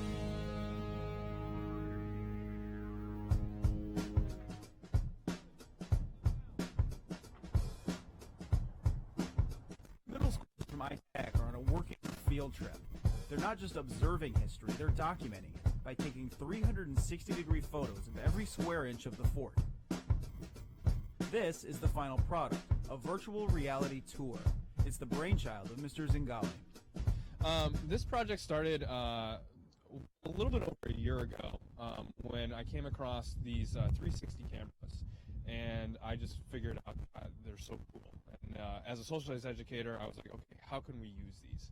And teaching Washington State history and really wanted to focus in on local history for our students, I approached the fort a little over a year ago and showed them kind of what we might be able to do, and they were really excited because nothing like this has ever been done before. The fort is run by the National Park Service. It seems like connecting your educational mission to their educational mission is kind of a perfect fit. Exactly. We love partnerships like that in the National Park Service. It brings the power of a national park together with educational purposes and allows everybody to actually accomplish a broader mission that way. Today's photo shoot is just one step in a longer lesson for students. I'm actually an archaeologist by training, and we actually did a lot of lessons with them on thinking like an archaeologist and what specific artifacts or objects that people use can tell you about people of the past. So we wanted them to concentrate on that. So not only are they doing videos of interior spaces in a lot of these buildings, but they're honing in on specific objects in these interior spaces. And oftentimes these objects, they just kind of blend into the mix if you're visiting this space. But by being able to actually, zoom in and talk about this specific object, you're going to learn a lot more about, specific artifacts, and again, telling a broader story about who lived here, what they did, and why they were here. What's nice about today is there are people here that can help. If they still had some questions, they can ask more directed questions and find out more about a specific instrument or tool or something like that today. So really diving into the guts of the project. For today's shoot, the fort brought in its volunteers, many dressed in historical clothing and playing a character to assist the kids. Well, this was a big operation. There were maybe as many as 1,000 people living around the fort at one time. They had huge farms, they had a sawmill, they had a grist mill. So is the fort how it is right now smaller than it was? No, it's exactly the way it was. It's exactly, they went and dug up parts of the fort, and they've been able to find exactly where the buildings were. There's a mock-up of it in the contact center. In fact, it's so accurate that they knew the store was here, and they knew how the way the boards were laid, because they found lines of beads that had fallen when they were measuring out beads, fell through the cracks and wound up in the dirt. They did archaeological digs and found these long lines of colored beads. So they know the boards went east-west. So this is an exact replica. So this is one of the cooler buildings at the fort, I think. This is known as the Barclay quarters, named after the doctor that was stationed here for the longest amount of time. His family lived over on that side of the house, but this was the infirmary where they took care of all the sick people pretty much throughout the entire Pacific Northwest. And then where he would perform surgery, he has his ledger where he would keep track of his prescriptions, and these are actually real medicines that they used to use back in the 1800s. Areas like this here at the fort, the infirmary, are often unavailable to visitors because of staffing concerns. But with these virtual reality stills they're grabbing, it'll be available all the time online for visitors.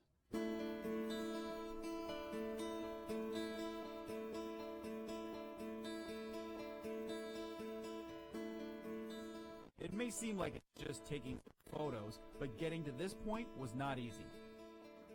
So imagine this, they're taking photos of every inch of this house, from the opulent dining quarters here where the officers ate, down to the servants' area pantry down below. That kind of detail requires organization and specialized gear. To get their 360-degree photos, the students use special cameras. So the fisheye lenses have 180 degrees on each side. Put together, that's 360-degree sphere. So initially the only thing that you can see is the tripod on the bottom, but you can't see any of the other cameras. It's pretty cool. So then remotely, with the iPad, you're telling it to take a picture. Yeah, so each camera has its own Wi-Fi, and once the iPad's connected to the Wi-Fi, you can go on to their app and take the picture outside of the room while it's connected. And then it shows you immediately what you just took. Yeah. It's pretty cool. This is what a photo looks like, pressed flat into a single image. But in special apps for phones or browsers, you can navigate around the photos. And for the greatest impact, you can use virtual reality products like Google Cardboard, which turns smartphones into VR goggles. Those work sort of like 3D glasses at the movies. The image is tweaked slightly and sent separately to each eye. Your brain combines the two sides into one, creating a three-dimensional image.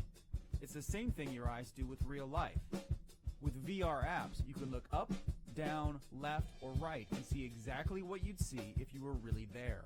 I think the wonderfulness of this project is being able to actually discuss technologies of the 19th century by using technologies of the 21st century, and again, bring that to a broader audience using the internet.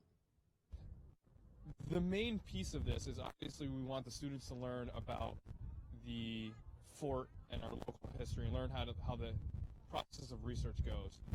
But to me, the most valuable thing in this is that we're going to be creating something for the world. So while fourth graders may be able to use this technology in their classroom when they're learning about the fort, anyone in the world will be able to take a virtual reality tour of the fort and learn about Vancouver and how it was the epicenter for trade and living on the West Coast for a long time. As the country was expanding, this was the most populous city. It had the most diverse population, which rivaled that of Paris and New York. Not a lot of people know that, and so we need to be able to communicate that. And we want people to go to parks too. How does it make you feel to know that this project you're working on is going to be available to people all over the world and for a really long time? Honestly, kind of scared, because your work's going out to the world. You gotta give it your best and hope that they like it. When the project is finished this spring, you can see it for yourself. Check out the fort's website, www.nps.gov/FOVA. So that's National Park Service, nps.gov/Fort Vancouver, FOVA.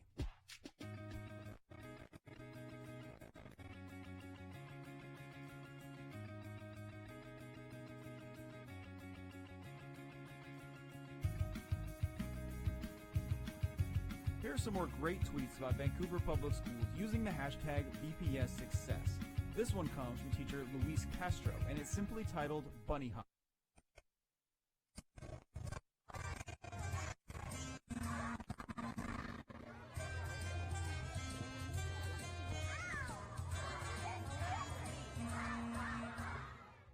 Sarah Nelson posted this photo on Instagram. I hate to brag, but my kids are darling. She's right. These photos came from the 25th annual Patty Houck Parade, which is put on by Houck Elementary. You can see the parade in its entirety on our YouTube channel. That's youtube.com/VanSDTV. Next time you see something amazing happening in Vancouver Public Schools, post it to social media and use the hashtag VPSSuccess. It's an easy way to share all of the ways our students, parents, and staff are making our schools a great place to learn. Until next time, I'm Nick Vole.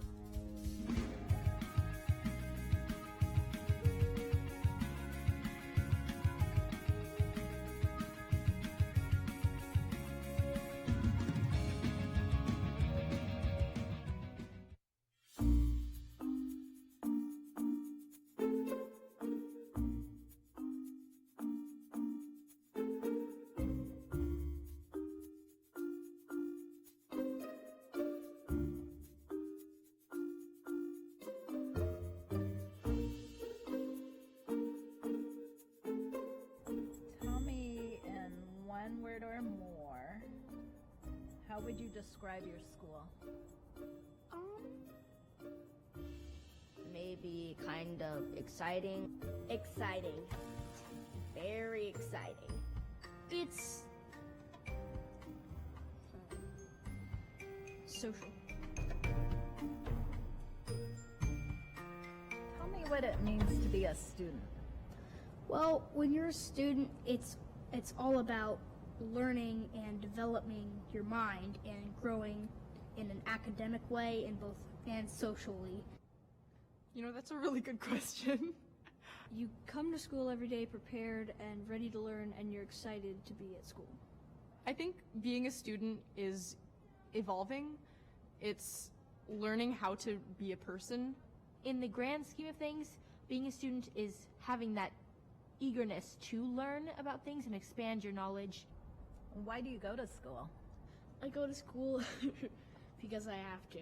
I'm just kidding. I go to school because I like learning new things. I like seeing other people's opinions. Learning is one of the steps that's going to help me achieve my goals for the future. I have a plan, and this is one of the steps in that plan, and it's helping me get where I want to be. You have this time in your life where you can focus on learning not just about yourself, but about the world we live in and the opportunities that come with it.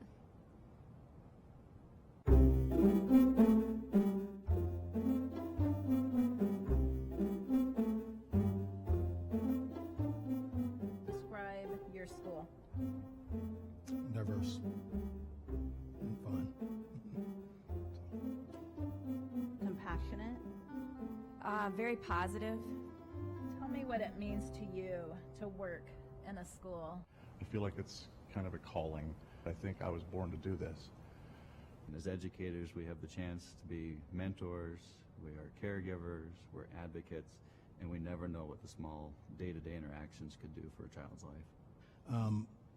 When I was younger, I felt that the teachers really gave me an opportunity to be successful in life. So I want to provide that opportunity for the younger students. We all come together for a common goal, and that's really to help our students to become well-rounded adults. I love going to school. I really feel positive about going every day. I feel positive about being part of the staff, community, the community as a whole. It's the only job I know of all my friends where I drive to work happy, and I'm excited for the day I get to spend time with 150 kids who bring me joy, who make my life better. It's the best job in the world.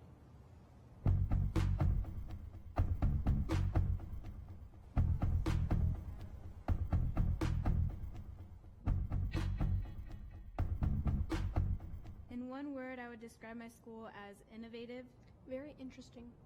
It is what you make of it. If you give up, you won't really learn anything from it, and if you give up once, you think, oh, I already gave up once and I came out all right. And then you do it again and again, and eventually, once you just give up on everything, life will just fall apart.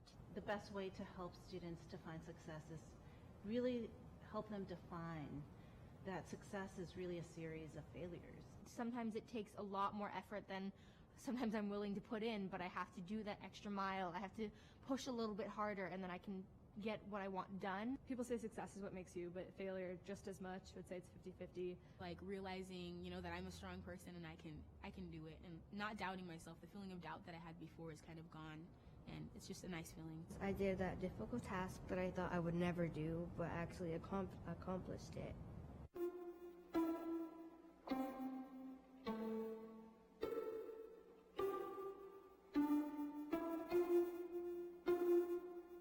And in one word, how would you describe your school?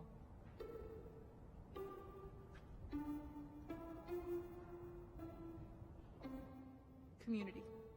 Community-centered. Close. It would probably be kind. I would describe my school as caring, a family.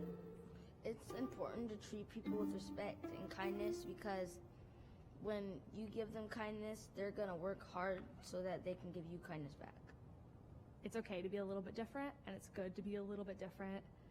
I think it's really challenging for us if we go and try to place onto the students where we're at and not really truly understand from where they're coming from. So seeing everybody working together towards common goals of learning really, it inspires me. It helps me feel like I'm part of something, and I have a role in that.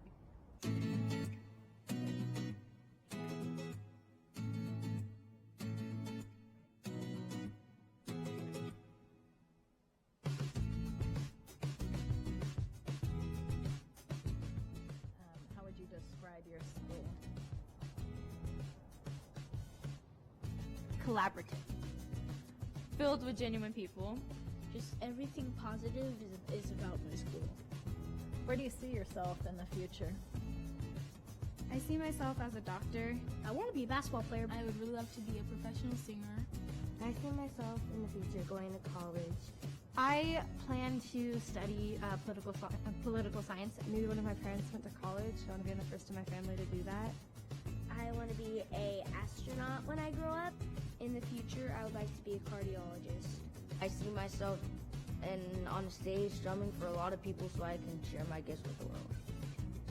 I want to be a physical therapist when I grow up. I want to become a software designer. I'd like to either go into film or medicine, but that's still really up in the air. I don't know what I'm going to do in the future, but I know how I want to feel, and I want to feel just joyful. In one word, how would you describe your school? In one word, I would describe my school as amazing.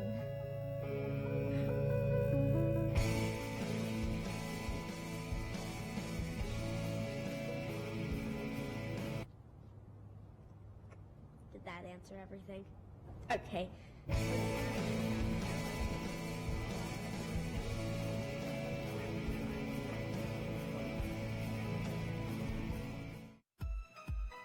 VPS Game Time provides students with an experience unlike any other. If you like sports or technology or just want to try something new, VPS Game Time lets kids support their schools in a new way. With professional broadcasting equipment, you can work behind the scenes to produce a live sports broadcast. There's a lot of action inside, but there's just as much out here. Whether that be creating the digital scorebug you see on screen, running instant replays, getting the perfect shot, or even directing the broadcast. You can be a part of the team and help bring these broadcasts to life. If you're interested in helping out, talk to Nick Voll at nick.voll@vansd.org. Come join VPS Game Time.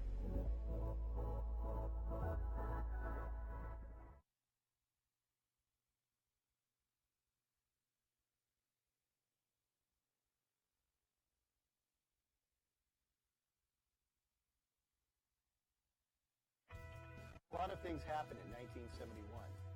The 26th Amendment to the Constitution lowers the voting age to 18. Disney World opens its doors for the first time.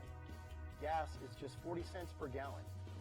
In Vancouver, Washington, Martin Luther King Jr. Elementary School is built. Hello, I'm Ed Esparza, and I'm a staff member at King. I'd like to tell you more about my school. Hola, soy Ed Esparza. Yo soy un miembro del personal en King. Me gustaría contarte más acerca de mi escuela. True to its namesake's mission, King is a welcoming, diverse environment. It's a member of the No Excuses University Network of Schools, a program that encourages students to plan for college starting at a young age. Programs like AVID and the King Cubs after-school soccer team, as well as the one-of-a-kind drumline, help to build community and responsibility in students. It's a highly functional school community with staff and parents working together to help kids reach their dreams. Like our country, the school community has come a long way over the last 45 years. The school building, it's fallen behind. With more than 500 students, King holds more people than it was designed for, which means overcrowded classrooms, along with a packed parking lot and a drop-off space for all those vehicles. Its infrastructure isn't built for modern, connected devices. Speaking of infrastructure, the heating, ventilating, and air conditioning systems don't work well anymore and reflect the wear and tear of an aging building. To plan the future of King, students, staff, parents, and community members met with architects and school district staff in a community symposium. Together, they came up with 3 concepts that may be used in the final draft. The first, a community hub. It includes common spaces, a 3-level media center, grade-level co-op spaces, on-site childcare, and more. Concept 2 celebrates the school's diversity and togetherness. Its design includes indoor, outdoor spaces, natural light, spaces for multiple grade levels to work together, and a spacious family community resource center. The third concept takes inspiration from the school's focus on college readiness. It would create a university of sorts, with smaller colleges focusing on important areas of study for students. None of these concepts are complete plans, but the best ideas could end up in the final building design. The school board is considering putting a bond to voters in February that would pay to build a new King, along with replacements and repairs at other district schools. For more than 45 years, Martin Luther King Jr. Elementary School has been preparing kids for every step ahead in life. We can't wait to see what the next step will be for King.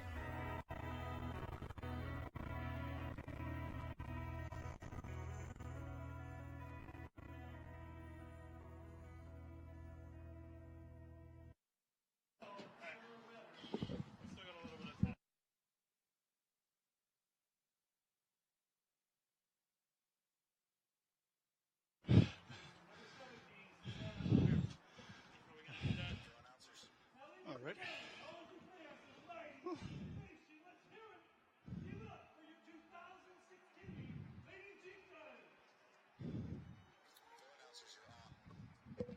Hello and welcome to Boggs Field at King and Bowl. We are here with a 2A GSHL matchup for you tonight between the Columbia River Chieftains and the Woodland Beavers. We're going through this lineups right now. The Columbia River Chieftains come into this game at 2-3-1 with a 1-2 record in 2A division play, good enough for 4th place in the league. Absolutely. And the Beavers come in with a 2-5 record into this game, and they are 0-4 in 2A GSHL, putting them in last place. So, a bit of a tough matchup here for the Beavers. Well, even with that, it's early in the season. We haven't even gotten halfway through yet. So a lot of things can still happen in terms of that process. But, yeah, this should be the feeling process of trying to get into stride, making sure injuries are behind you. Both teams have some injuries, so it's a process of still keeping everyone healthy. And at this point, I see more Chieftains than I do Beavers at the moment. Yeah. The Chieftains lineup looking considerably larger than Woodland's here tonight. There are 3 Woodland players down there. Looks like possibly injured on the bench. But Columbia River coming off a victory over Mark Morris, pick up their first league win. They did beat Mark Morris 3-0 last week. Oh, wow. So we will see if they can continue their good form here coming into this week. Excellent, excellent.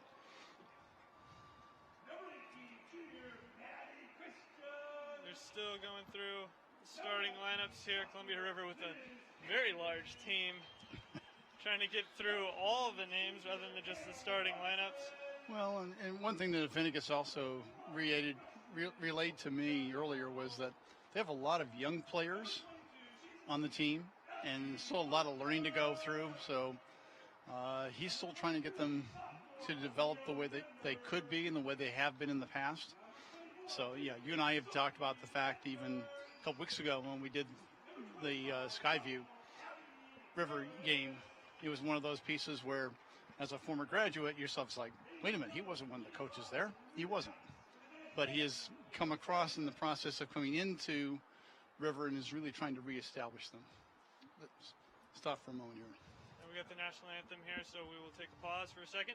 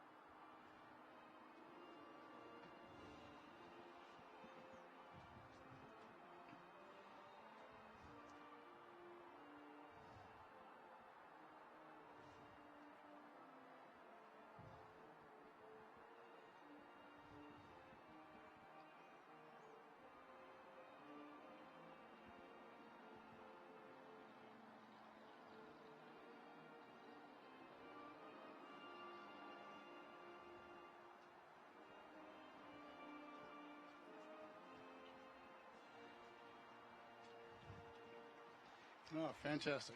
And the national anthem wrapping up there. And as you were saying, Don, River with these youngsters, 5 freshmen on the varsity roster this year. We saw 3 of them play in that Skyview game 2 weeks ago. Yep. So a lot of youth being put onto the field, and it's really nice having those unlimited substitutions because freshman mistakes, you can see them, so it's nice to be able to get them in, get them out. But even when we mentioned at that point, if you have freshmen playing on your varsity team, they've got some good skills. You're not just putting them there to fill a space. And River has the numbers. I'm more concerned about Woodland, but they've only got about 13 players, which means there's 2 that are on the bench that are coming in and out on a regular basis. So they've got to have enough stamina just to make it through the match. And the opportunities for them to at least provide some substitution, it's going to be limited. Yeah. But we hope there's no injuries. I know the last game we played up at 5 o'clock between Bay and Washougal, we did have 2 players go down the second half with some minor injuries, but some injuries, no cards, and a well-played match. And we should have see the same thing here from both teams tonight. Coach Vogel over with the Woodland Beavers over here in the dark uniforms mentioned that they'll be playing some kind of like a 4-3-3 positioning to a 4-5-1, depending upon how they behave or what happens. River is actually going to a 4-4-2 with a diamond in the middle. That is a one of my favorite things to use with players. It's a rather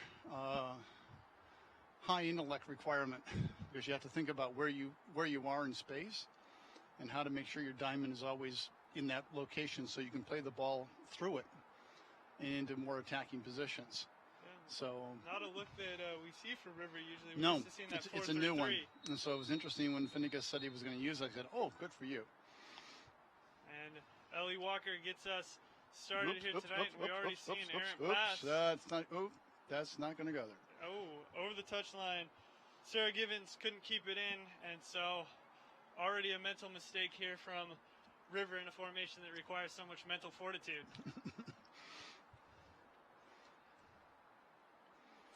Yeah, but like any formation, you need to have multiple positions, and one of the things that we try to have good teams do is have maybe one that they fall back into for defense and one that they use for attacking, that they can change and kind of go between, because sometimes some teams will come out and their formation you don't match up with.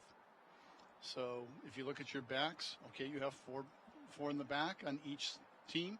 Who are the attackers? How many do you have? If you have one attacker, you got a 1 versus 4. You're going to be outnumbered unless you get more people forward. If you got at least 2 there, you got a little better chance. Again, you still have to have people come forward. So it'll be interesting to see what they do. Other than the mistake allowing Woodland to be already in the attacking third is a little unusual. And Woodland hasn't relinquished possession. A lot of throw-ins so far to start off the game. That one errantly falls to Landers. She's going to give it right back. Ellie Walker is going to get it away up to Sophia Keenan. And River is going to be on the attack. It's a foot race. Too easy. Goalkeeper's got it and covering nicely. Not sure if that was the best option there for number 8, Yasni Rodriguez. She is a freshman, as we talked about earlier, so there's a little bit of that youth on the team. Well, and picking your head up and looking for your teammates, if you've got someone on the other side, you can bypass the goalie by passing past them. Do it. Yeah. Your chances of being the goalkeeper become a whole lot easier. Ellie Walker did look to be onside there on that play. Yep, so. she was. And unfortunately, we have lucky on Rivers' thing. Okay. Good defender over there. Way to move it away. Slow him down. That is number 1, Ashlyn Daughtery, getting back there. Woodland with no numbers on the front of the jerseys, just a large W. So we can only see the numbers if the backs are turned. So and that's true for both teams. Stay with us, folks, as we try to pick apart Woodland's numbers. However, it will be a River throw-in pretty far here in the attacking end, just on the outside of the box. And we'll see Ellie Walker in her long throw specialty. She left that one a little bit short, and it'll be cleared away for a corner here. So yeah, defender got to that one pretty nicely. Got a nice head moving it away, but that also could have gone the wrong direction too. This is an early corner here for River, who did not get many in the last game that me and you did together. No, but they've actually done pretty well. They've actually, according to Coach Afenigas, not doing badly. They're actually looking pretty good for themselves. Walker did get a head on that one. He barely manages to keep it in right there.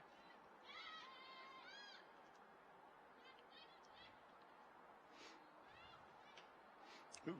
Shot there by Ava Greer, or Julia Schemas, excuse me, but deflected by a Woodland player. Ooh. Bit of a flubbed clearance there, but no, you have 2 feet hitting at the same time on the ball, and that will usually throw somebody on the ground. Good one touch. Don't lose it. Don't lose it. That over there is number 6, Ava Greer, coming down that right wing for the Chieftains. Ooh. Unlucky. A nice move there to get around her. Yeah, defender. did a nice job getting around, but she just couldn't didn't pop the ball back towards the infield area to kind of get to it. Didn't have quite enough control on that one. No. And so it'll be a goal kick here for the Beavers. As we're approaching the 5-minute mark here early on in this 2A league matchup. And this should be a game that could help both teams either way in terms of their league standings for 2A. Ellie Walker, the flag is up. Offside. Saved by the goalie. Nice save there on a one-on-one opportunity with Walker. That was good. She was kind of pressed a little bit to get that one. A nice pass there too by Greer to find Walker, just not in the onside position. And we're seeing a lot of high pressure here from River early on this game. Thinking maybe they could score early. As Walker is double teamed and has it taken away from her. And Woodland very slow moving the ball, kind of methodical, but also very slow getting up the field, breaking out from defense into attack. Well, and that's a piece of that transition between attack and defend is, what do you do when? And probably a bit better for River players. Just a tad off on that one, too. So they're getting in there, but Woodland's staying up a little bit higher. And so they're catching River getting over the line soon. Yeah, 2 offsides now, and that was Keenan trying to play a ball through to Sophia Connell. Connell, the girl offsides there on that. Absolutely. But Rivers going to get the ball right back on the errant free kick. Well, they didn't clear the ball very well, and when you have that, you open yourself up to a team like River that wants to press high, and suddenly they're going to have numbers right in your face. You've got to clear that ball. You've got to clear it to about midfield. You can't let that happen. Especially as you see here on another goal kick as they swing it out to the wings. You got to get that pressure off you. Got to get the ball up the field somehow. There's another Woodland turnover. Leads to another clearance attempt, at least. Center back at least came up for it. Good job. That saved. Woodland's goalie has no number on, so we're not entirely sure who. Yeah, so which one it is. Interesting. We're not sure who Woodland's goalie is. However, she did make a fine save there on the attempt. That's the one thing I didn't ask about on the roster here. There is no goalkeeper shown. That's unusual. Unless this is the goalie here, so you've got 2 goalies. We got 2 goalies, but no number to tell us who it could be. So it's either Michaela Upson, a junior, or Kaylee Burgess, a sophomore. And if we have a 14 or a 15 on the field, then we know it's the other one. And on the bench down there, we have 17 and... Looks like 1. 1, but there's a number in green on... As you can see, one of the players out on the field has a number in green. Sorry, folks, we're commentating the numbers for Woodland more than the game, but Woodland's jersey setup is quite interesting. But they do have the ball here in Rivers attacking half as Walker breaks up a pass there. We'll play it down to Landers on the left wing.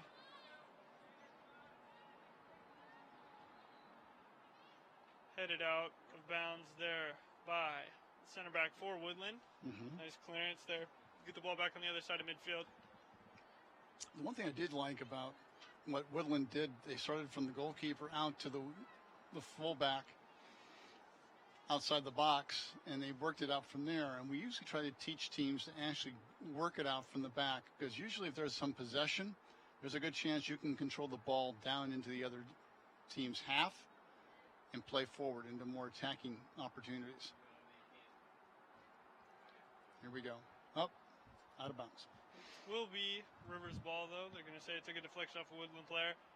And you're right, they play it down the wings and try to push up. However, River, with that diamond, they're actually collapsing quite nice at the top and the right side of the diamond, coming down, pinching on that left wing for Woodland's side. So it's opening up a lot of space in the middle, though, and you saw in that last breakout that Woodland did swing the ball back into the middle and they was able to push it upfield. Yeah, he actually, and he's also picked his formation based upon the strengths or the weaknesses of his own players. And that's another part about, when you play a formation, do you play it to the strengths of the players you have?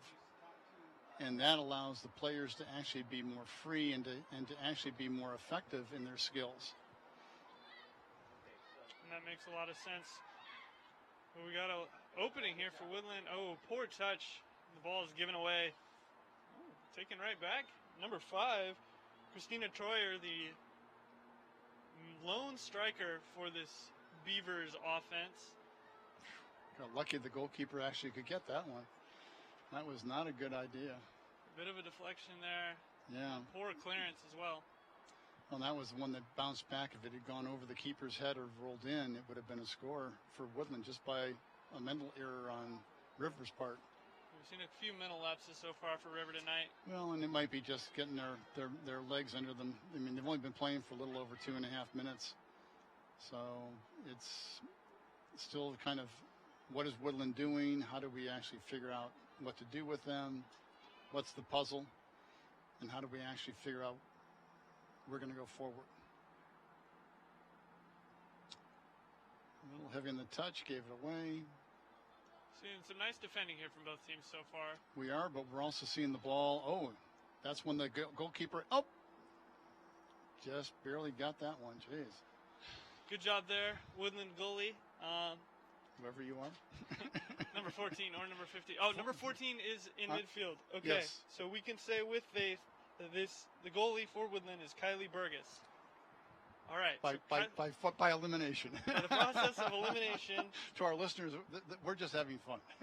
So we have Kaylee Burgess in goal for the Beavers. She made a couple of nice saves so far tonight. Nice grab there on the through ball to Walker. Yeah, the number one over there has looks like she's got a second number that's blocked out. Hard to tell. It's a little off center. Just a very strange jersey pattern with some of the players, or most of the players at least, having white numbers, and then two of them, or one of them, having a green number instead.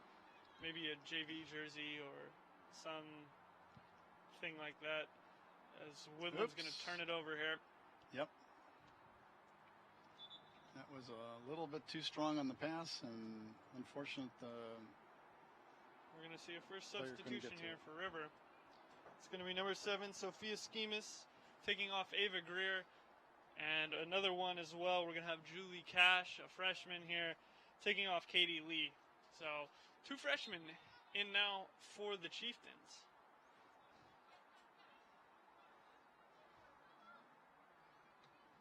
Ellie Walker just dribbling her way out of danger there. Yeah, you can't fall down too much. Nice play there by Woodland. Really aggressive after giving the ball away to get the ball back quickly. Now Anthony plays a long pass upfield.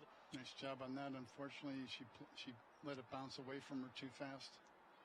Gave it away.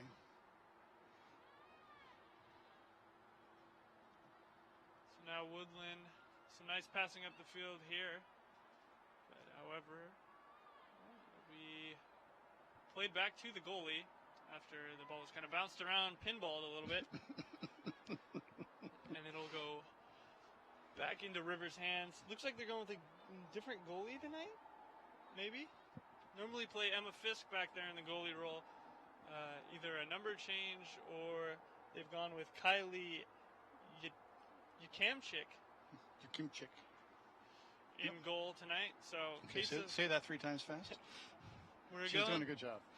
She has been doing a good job tonight. So we're a bit puzzled by the goaltender identities, but we'll figure it out as we trudge on here. 13:45 gone in the first half, or counted up, depending on how you want to look at it.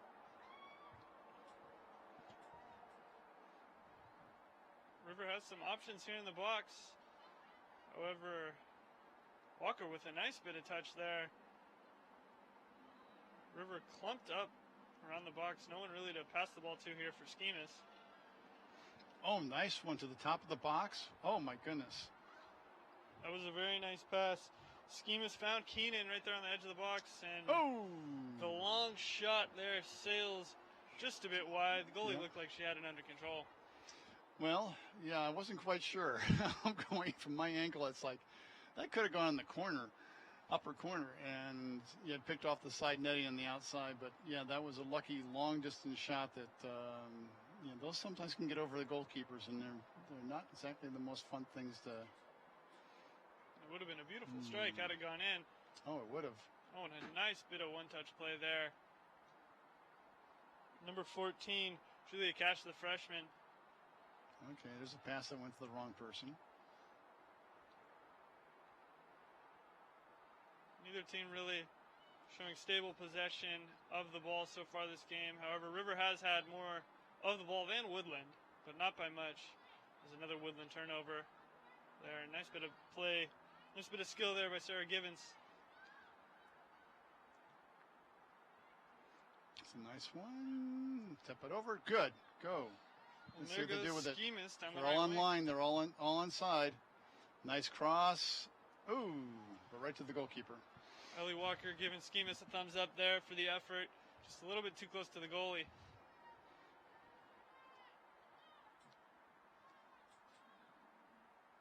Landers is the first person to get ahead to it after the goalkeeper clearance. And it'll be a Woodland throw. Yeah, wisely kicked out. Slow it down. catch their breath. And we're going to see another sub here, number 17 for Columbia River is not listed. Do they have a JV player someplace that we don't know about? If they do, she is not listed on the roster. So number 17, the unlisted player. Oh, this has now happened on 2 games now in a row. We've had a number 17 that we didn't have a name for. Well, what we do have right now is Schemas going down the right wing. Gets past her defender. Hit it. It's number 17. Ooh. Oh, just goes wide there. Number 17, the unnamed lady at the top of the box there, finding her foot to Schemas' cross. We'll have to ask those in attendance here if they know who number 17 is. Let us know. Almost an amazing start for her. Comes off the bench and gets a goal nearly. Well, in the last game, we had getting a shot on goal again here. Here we go. She is number 17. And just a little wide, and not a bad idea when you at least get a ball passed back up to about the 12-yard line and do something with it and get it straight ahead. Here we go.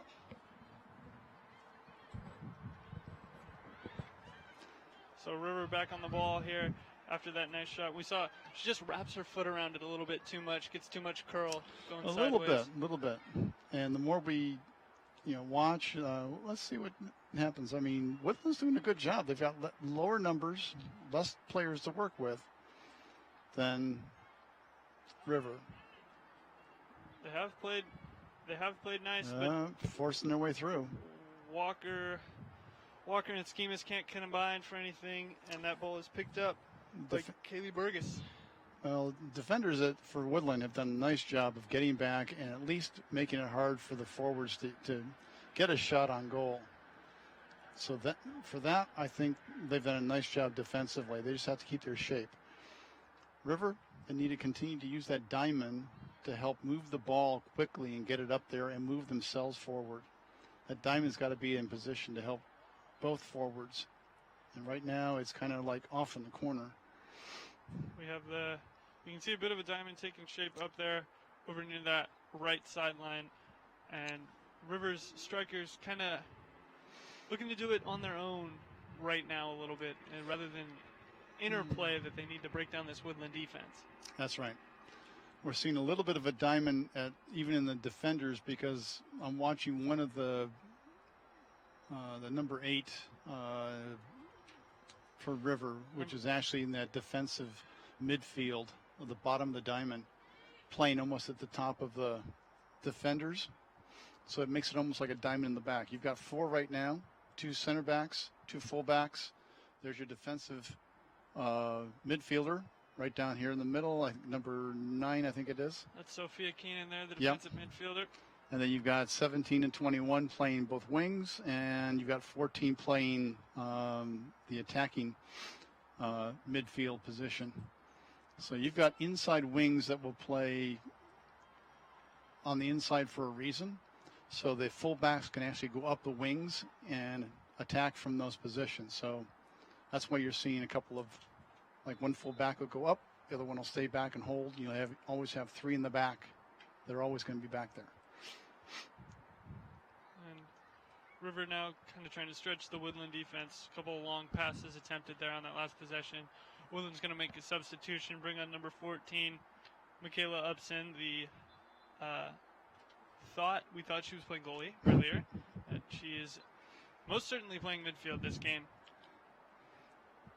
And Woodland's working their way slowly up this touchline here. Back-to-back throw-ins here for the Beavers.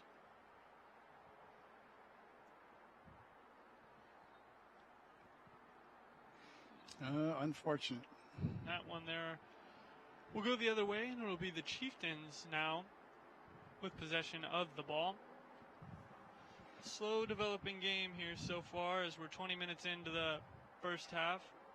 Couple shots on goal for River, none for Woodland so far, but no team able to crack the code yet, as a nice bit of play there.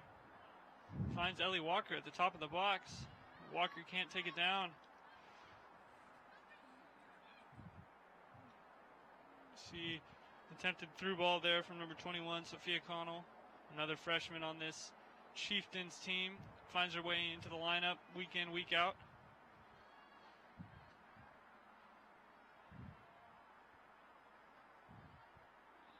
Woodland maybe had an opportunity on the counter there. Give it away. Yeah, it's unfortunate. They got a little bit too anxious to try and move the ball and not control it. I'd like to see them settle down a little bit. They're small in numbers, but they have pretty good skills. Not bad. I still think River has the upper hand at the moment in terms of control and positioning, but at the same time, both teams are giving each other a hard time, especially through the attacking thirds. River probably the favorite to win this game here. And 17 goes down kind of on the edge of the box there. Could have been a foul, could have been a penalty, maybe, depending on how you look at it. But instead, it'll be Woodland ball after it's pinballed around over there. Pinball's a good word for it. You've used that twice, and I think I'm looking for the handle now. Where's the tilt on the machine? Alrighty. Kids are good. Walker fighting for it at the top of the box there. They are fighting for the ball. Ooh. Good pressure. River has given Woodland a little bit of a hard time by having a higher position. They're not really pressing real hard, but they're at least in a good attacking position. Number-wise, they're playing their forwards up, and they're playing it with an option to make it hard on Woodland totally. If you make little mistakes like that, you're going to be turning the ball over in your half, and that's not what you want to do. Especially not right there. Ellie Walker with the ability to throw a ball into the box from there. So we'll see what River can do. They bring up Landers and Anthony out of that center back position. Try to win a couple headers here in the box. See if they could get it into the goal. River been very good on set pieces this year. A lot of very close attempts and a few goals. Nice long throw in. And nice defense there by Woodland. Getting the inside positioning. Walker just misses taking that ball down in the box, and she's going to watch it run out for a throw. And that's where you need to move the ropes. Yeah, Walker, you can't see on the broadcast. There you go. She's backed up all the way on the ropes, stretching them back, trying to get it as much of a running start as she can here. Try to get this ball in the box. We'll see a Woodland substitution. That is why Walker's hesitating on the throw. We want to see some good movement here from River. Possibility to lose a defender and try to put this into the net. As Anthony. Ooh, header went just a little bit wide. Not a bad idea. Looked like she was just trying to redirect it, get a little bit farther in the box. Well, but if she can get it back over her head and put it back in front of the box, then she's got two other players to run onto the ball. And it just went wide off of her head, right side of the head rather than straight back. Katie Anthony, who I believe is signed on to play at Central Washington. I heard that she had received a scholarship there. Not entirely sure if she is going to accept, but looking at some NCAA talent out here on the field. Oh, absolutely. And I'm not too surprised. She's her and Landers really hold down that defense there for the Chieftains, who have given up quite a few goals so far this season, which is very unlike them. When they went on their big playoff runs a couple of years ago, very known for their defense, winning games 1 or 2-0. Ooh, right through the goalkeeper's hand. That's the first time that she's missed a ball. Oh, my goodness. And that is going to be a goal for River up 1. We got a replay there on that Chieftains goal. So you can get the right number in the right one. Just a shot taken. Oh, wow. A shot taken there from outside the box. That was amazing. And referee's going to halt the play. So a goal there, number 9. It looks like Sophia Keenan on the right wing picking up a goal. That was a heck of a shot. Oh, actually, I think that's number 7. That is number 7. Number 7, Sophia Schemas with the goal from outside the box. Slips through Kaylee Burgess's hands, and it'll be a River goal, so the Chieftains lead 1-0. Here, the 25-minute mark. Nice job. Of the first half. Yeah, the movement's there for River. It's just they've got to continue to hold their shape and find each other as players, and that's always an ongoing process. And so Woodland came out with a bit more energy there after the kickoff and started moving the ball quickly up the field. So we'll see if that continues as we have a River substitution here. Julius Schemas will come on. And 21 comes off. Yeah, 21, Sophia Connell, a freshman, and Schemas, a sophomore. Good throw. Oh, good blockage by the defenders.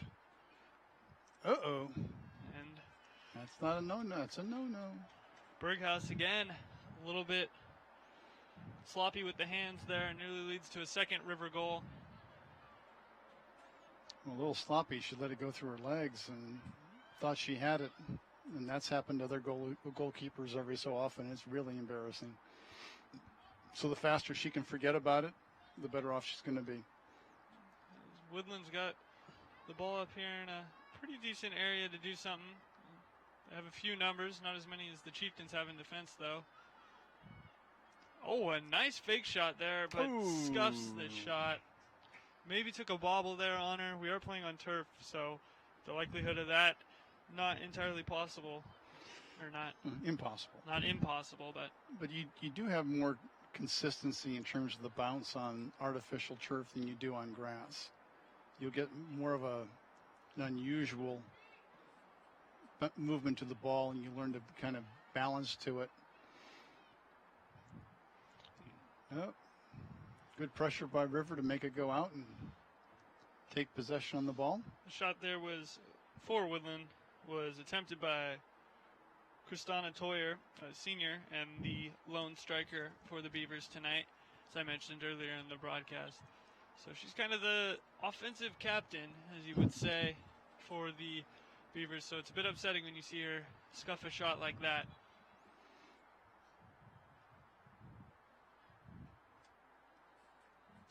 And a reminder to our viewers, if you were not with us the first session, in high school, there are 40-minute halves, not 45 like there are internationally or in the pros.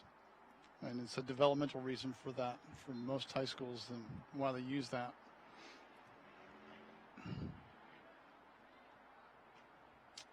Also something to note in high school, unlimited substitutions. Absolutely, which really benefits reducing injuries and exhaustion. That was a nice save there by Berghaus, controlling that, and Woodland's going to give it away again, however, though. Gibbons on the defense there for the Chiefs. Ball just being flicked on now. Ellie Walker giving the ball in space. Speed. 2 in the box to pick from. She makes a nice move there. Sends in a beautiful cross just over the head of Julia Cash. Guy, bring it down a little bit. She would have had the head right in the goal. It would have been straight on. And Walker has an opportunity here. Goes for the volley. Has the entire right side of the net, but can't manage to get it over there. Well, she was falling as she was hitting the ball, and I think just trying to change her direction a little bit, and that's hard to do. Just making contact with that ball right there is very difficult in the first place. To even get it on target is a very, very successful shot. Walker in behind again here. One-on-one with the goalie. Offside. I think that could have been a mistake on the assistant's decision there. I believe so as well. I saw. But that's okay. I don't know if we have a replay on that, but I saw 3 Woodland defenders farther back than Walker. The ball was played when no one was really expecting that pass. And the hard part is shared with the viewers in the last game. It's hard on the offside, both for the referees as well as for the players, because the transition can be so fast. And sometimes if the ball has longer to get to the runner, when that ball is played, Normally you take that into consideration, and that's allowed at that point, and once the ball is played, to be able to break for the ball. So the question was, did the referee see the other ball when it was kicked and take that into that thought process? So hard to tell. But it usually tends to be, okay, what's going on here? And yeah. Offsides is definitely not something easy to call as a referee. It's inches. Well, and sometimes. if you get caught looking at something else and you miss something, and you're trying to watch that back line, because the side referee also can call infractions as well. So he's got several jobs to do in addition to watching that back line and the sideline. So it's a tough job. But it is one that can make or break some teams, and there are some teams that actually live by what they call a offside trap. And Walker taking off here in favor of Ava Greer right now. Didn't look too happy to be going to the bench, but some rest may be good for her. She'll get some fresh legs and a chance to attack this Woodland defense here coming up soon. Yep. A little out of play. We've got about 8 minutes left here in the first half. The score is Chieftains 1, Beavers nothing. And we have a Beavers goal kick right now. The one goal, in case you missed it, came on a... out of bounds. That wasn't good. Bad pass there. The one goal came by Sophia Schemas, a shot from outside the box that trickled through the hands and legs of Kylie Burgess, the Beaver goalkeeper, and so the score is 1-0.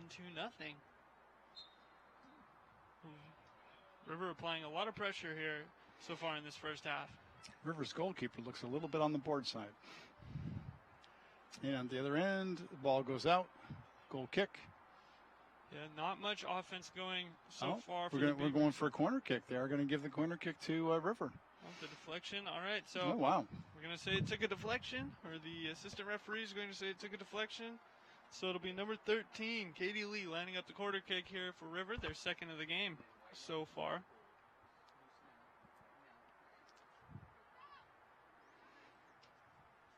And ooh, played in nicely. God, that was close. Just over the head of Sophie Landers, it looked in live time. We'll see if we have a replay of that. Yeah, there was. That's the second time that on a corner kick they've got the ball in just a little bit too high. And we'll see a replay here coming up of that corner kick. No, maybe not. Maybe we'll see it later. But River has the ball on the edge of the box. Lee goes down at the edge of the box there. No foul called, and Woodland on the ball once again. Up. We got a little pushing. Yep, there it is. There's a foul. That's a little bit too much. There you go.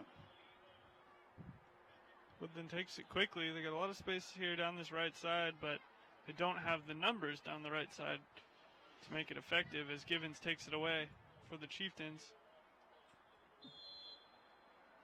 Yeah, a little bit of pushing from Woodland to try and get around River a little bit at this point, so they're getting a little tough. We're trying to... First two fouls of the game coming right there, one for each team. So yeah, but this one actually is in the attacking third, so... And this is definitely in Katie Anthony's range. She's played some nice balls into the box so far this season. We saw that about 2 weeks ago even. Yeah, we'll some long ones. See if anyone can get ahead on this one, but it's... Ooh, hit it. It's played short, and I like that placement. That was nice to keep the ball low. It went past a whole lot of people without being interfered with, and if you could have gotten your two wings on the far right side to go in a little bit faster, that would have been almost in the goal. And that could have been. Woodland defense not really expecting it, and no, not the at River all. teammates did not look like they expected it as well, and so it goes out there for, luckily for Woodland, not another goal against them. As Anthony back in her center back position, plays the ball down to Landers. Landers sends it upfield for Greer, but it's intercepted. This is where You want that midfield play. You want to hold possession of the ball, be able to string some passes together. Just give away a corner kick. There's another corner here for River. Last one extremely close to going in, almost off the head of Sophie Landers. Landers and Anthony come up again for the corner. Ava Greer was the one that forced that one on the defender and made her kick it out. Ava Greer has a lot of speed. She does. To be able to push up against defenders, kind of scare them, don't want to make too many moves with the ball, afraid of turning it over in their own half. So the kick is sent in. Landers does get a head on it. What a header on that one. Whoa. And there it is. Sophie Landers barely misses the first one. Connects on that one. Puts it right past Berghaus into the back of the net. Chieftains lead 2-0 as we come up very close here to halftime. We're going to have a replay of that goal here.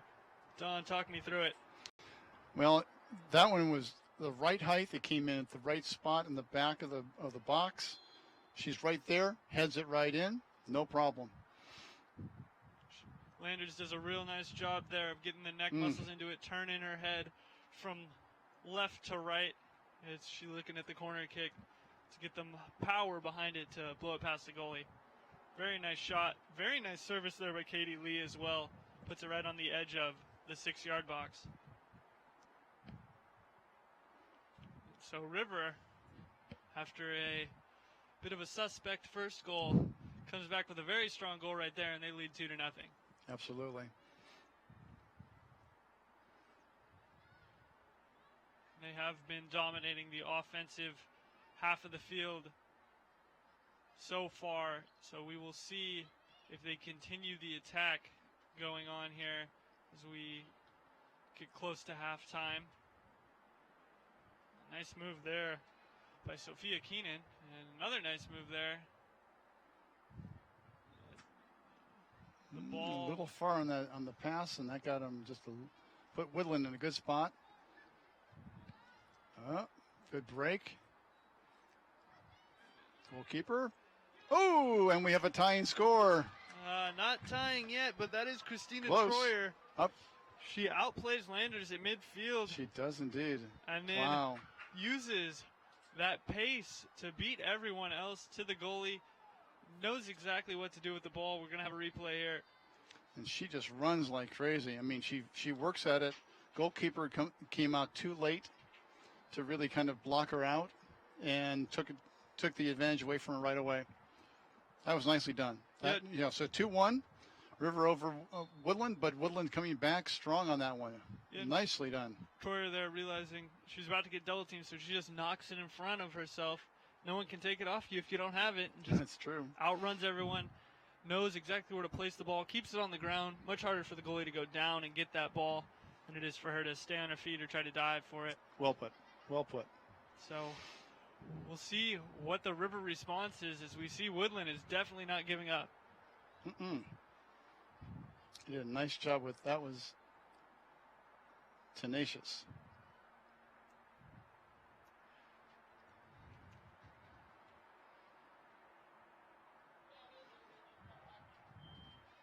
Neither team really able to hold possession here in midfield. The shielding has been really relatively good for both teams. So it's a matter of who's got the ball and who's going to be able to keep it. In some cases, it's trying to move with the ball too soon, and now the ball bounces off of you, and now you give it away as a throw-in for somebody else. Just need a little bit more control on that first touch, whether it be a pass or trying to take it down. As we still haven't seen Ellie Walker come back into the game. A bit interesting here for the Chiefs. They were able to score a goal without her on the field, but we'll see how long she stays out. As we've hit 40 minutes here on our timer, so the referee's watch will be what we're official looking watch. for. Yep. And he can actually make it go a little bit longer if he feels that there's been a reason for it or some other kind of stop and play that he's giving some extra time for. Usually it's not by more than a minute or so. They're going to say River throw in here. Sarah Gibbons working on the ball. And they've already stopped the clock at 40 and 01. So just awaiting the... Unless he's working on a 45-minute schedule. in which case they're going to play to the official. So we will see what transpires here. Ooh, nice ball going forward. Can she get to it? Oh, going for a corner. That Good should have defense there. That's the time. That's half. There you go. There it is. And so the referee signals for halftime here at Kiggins Bowl. Our score going into the break, Columbia River Chieftains 2, Woodland Beavers 1. We will be back after halftime to bring you the second half. We're going to go into some highlights here first. First off, we'll take a look at that goal, I believe. Yes, it will be the goal. Just trickles right through the legs of the Woodland goalkeeper. Literally. I mean, she turned on the ball, kicked it, knew that she was going to put it in a spot for her other teammates, but put it right through the goalkeeper when the goalkeeper took her eye off of it for a moment. Too bad.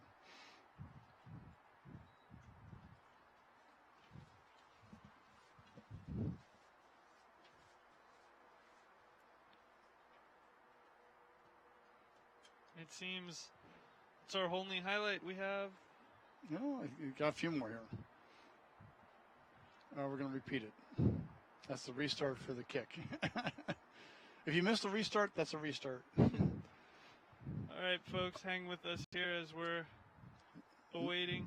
And there should be some We have tapes or announcements that are part of the Vancouver Public Schools for you as well coming up here.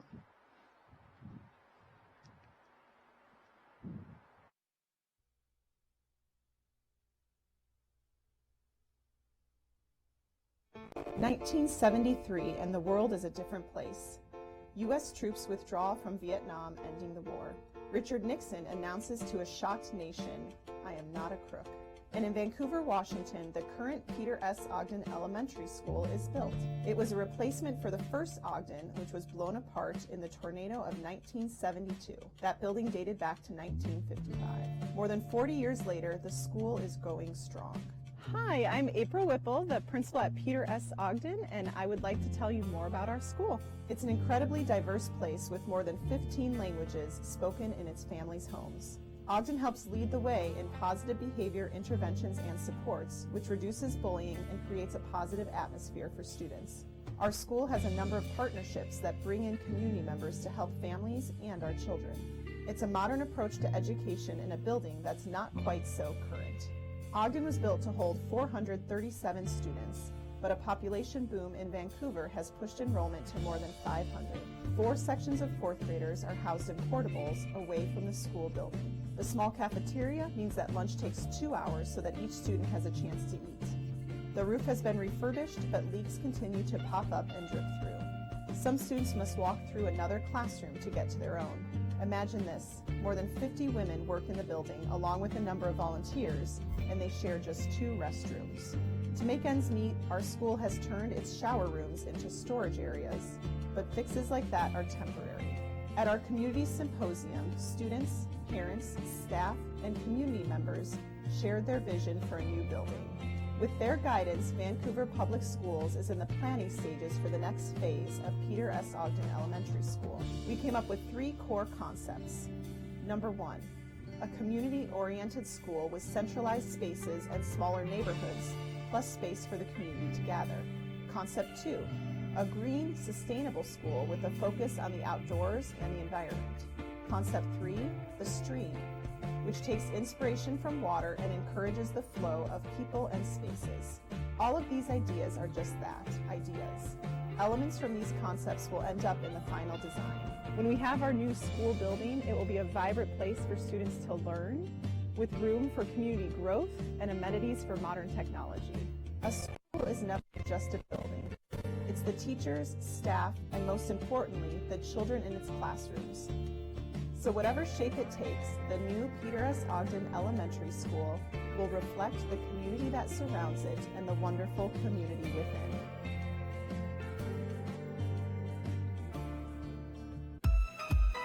VPS Game Time provides students with an experience unlike any other. If you like sports or technology or just want to try something new, VPS Game Time lets kids support their schools in a new way. With professional broadcasting equipment, you can work behind the scenes to produce a live sports broadcast. There's a lot of action inside, but there's just as much out here. Whether that be creating the digital score bug you see on screen, running instant replays, getting the perfect shot, or even directing the broadcast. You can be a part of the team and help bring these broadcasts to life. If you're interested in helping out, talk to Nick Bull at nick.bull@vansd.org. Come join VPS Game Time.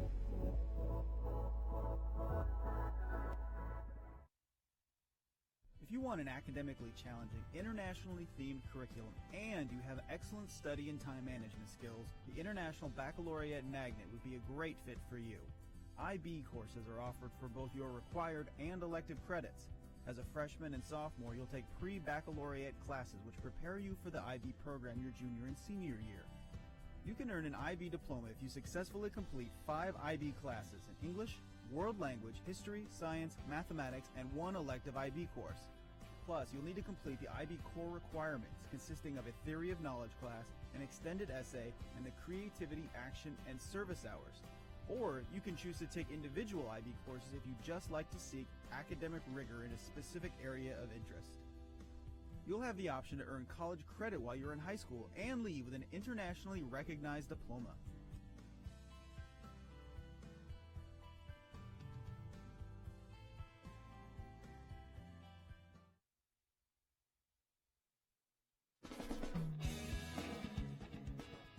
If you love to work with your hands and dream of a career that pays very well in the near future, then the welding program is a fantastic start to making that dream come true.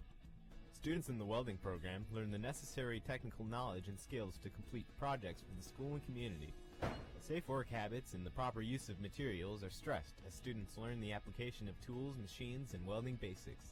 You will learn blueprint reading, how to weld joints in all positions, and apply mathematics from basic math to trigonometry. You can earn industry certification through OSHA, Amatral, and Tooling U, and move directly into a well-paying career, participate in an apprenticeship program, or continue on to college. Check with your counselor or career specialist to see if this program is offered in your school.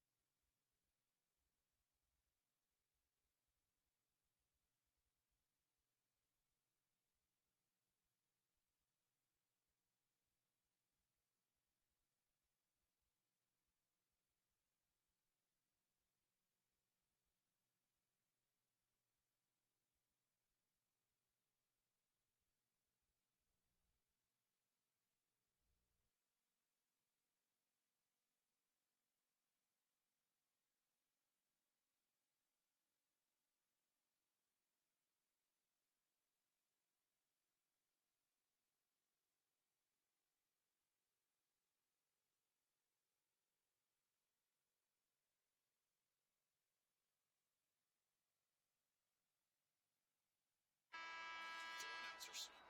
Hello, we're back here at Kiggins Bowl after our short halftime, and right now we're taking a look on the broadcast feed. Coach Finnegas not too happy with his Columbia Riverside, even though they do lead the game 2-1 over the Woodland Beavers in this 2A league matchup. Don, what did you see in that first half there that you took away? Takeaways for me on Woodland is their spunkiness. I think Christian Troyer, she is fast, number 5 for Woodland. She showed it when she scored. They're not as they don't have as many numbers as River, but the takeaway was that they're spunky. They're going to stick with it as best they can. On the River side, some good interplay, a little bit of mental mistakes and some passing errors, but for the most part, very opportunistic, very much putting pressure on Woodland High, and working together pretty good. River trying to make things happen so far here in this game, and we'll see if they can impress their coach, Flomena Finnegas, here as the second half gets kicked off, waiting for the Beavers. Now, we talked a little bit at the beginning because Finnegas mentioned that they were going to play a 4-4-2, which is a pretty standard format for 4 in the midfield, 2 attacking forwards, and 4 backs. Well, that center part is a diamond. So you have one playing more defensive, one being more of attacking, and the 2 on the side being the wings, mid-wings, if you will. And he's probably trying to get them to work together more. And that's probably where a little bit of his discussion with his team was, okay, here's how you have to move. You have to be able to work together this way. And it's a bit of a cerebral formation because you have to really think about where you're at and how you function. And if you're changing your format, the way you move as a group, the way you behave also has to change with that. And sometimes some players are used to one way of playing or one formation and one style, and not really too good at making changes. So far here, we're only about 30 seconds here into the second half. Looks like Rivers abandoned the diamond formation, however, as we have one left winger, Ellie Walker at the striker, and then Sophia Schemas at right wing. They still have the triangle formation in the midfield, but the diamond has at least lost its center attacking mid, from what I can see up here. I don't see much of one right at the moment. And you're right, but the triangles are ones that you'll have all the time. You always teach a triangle process. So there's always 3 people making a triangle in some form or shape with another set of people. So you always have ways to move the ball around. And that triangle is regardless of any other thing that you do. I mean, you have certain basic pieces that you try to do. Oops. We're going to have a foul here. A little bit of a hard tackle on that one. Yeah, number 14, Michaela Hudson, getting a lot of... And a little talking to on the player from Woodland. Anthony just plays it around there, but... And the ref is just trying to make sure that everybody plays fair, but they also, tempers and energies don't get carried away. Schemas onside here. According to the assistant referee, shielding the ball down here in the corner. Nice job, good turn. Nice turn. Oh, nobody there. Pass didn't have enough on it to get to Walker. This ball has enough to get to Walker, and Schemas takes the shot, actually, as it falls to her. So River, Katie Lee falls back there, no one else to get it, and Woodland clears it away. River turning on the attacking pressure so far as Katie Anthony sends nice one cross. Upfield. Walker can't get on it, but Schemas has it. Walker chests that one down, takes a shot from outside the box, and whistles past. A little wide on that one. She was getting a little frustrated. She couldn't get the ball and keep it. But they kept getting it back to her, which was nice. Ellie not looking like herself so far tonight. She's looked extremely frustrated by the Woodland defense, at least in her body language and her emotions. He's actually moved his one of his attacking midfielders up to the middle, and he's actually made a diamond or a triangle in the middle. So he's got one attacking midfielder and 2 holders. And those triangles so effective for moving the ball in that one-touch style offense. You see Barcelona do it so fantastically. Well, you've got a team there that just drills and drills and drills. And that's a unique club by itself as well. Granted, we are not watching Barcelona play tonight, but you can see the same great ball movement when you do have that triangle in formation. Mm-hmm. It's all about the concept. Is got some space here to send it across for Walker. Taking quite a lot of dribbles here, and does find Greer, but Greer couldn't get control of it after trying to chest it down. Unlucky. Schemas, Sophia that is, as there is two Schemas sisters on this team, Julia and Sophia. Sophia, Schemas there, not able to keep it in play, and it rolls over the touchline. But it'll go right back to the Chiefs, and then it'll go right back to the Beavers. And then back to the Chiefs. Once again. We're playing that, what was that term was ping ball? Pinball? Pinball. Just hitting the flippers to hit the ball away. That's actually a great analogy. River, a lot of concentrated firepower here on the edge of the box, but not able to get a shot off so far other than that one Walker shot from outside the box. That's a little hard on the push. And that's Katie Lee. She knew it as soon as it happened.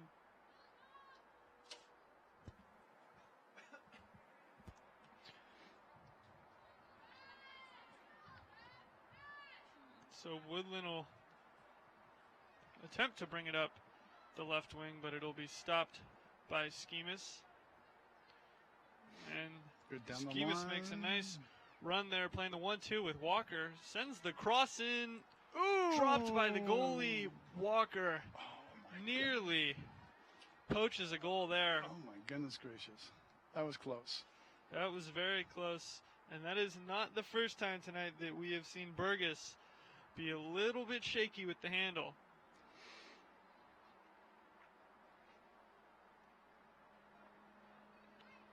Woodland with absolutely no pressure on the ball here as the center backs are able to play long passes like that. Still onside, still onside. Can she Schemas get to the ball? onside. Nope, too far.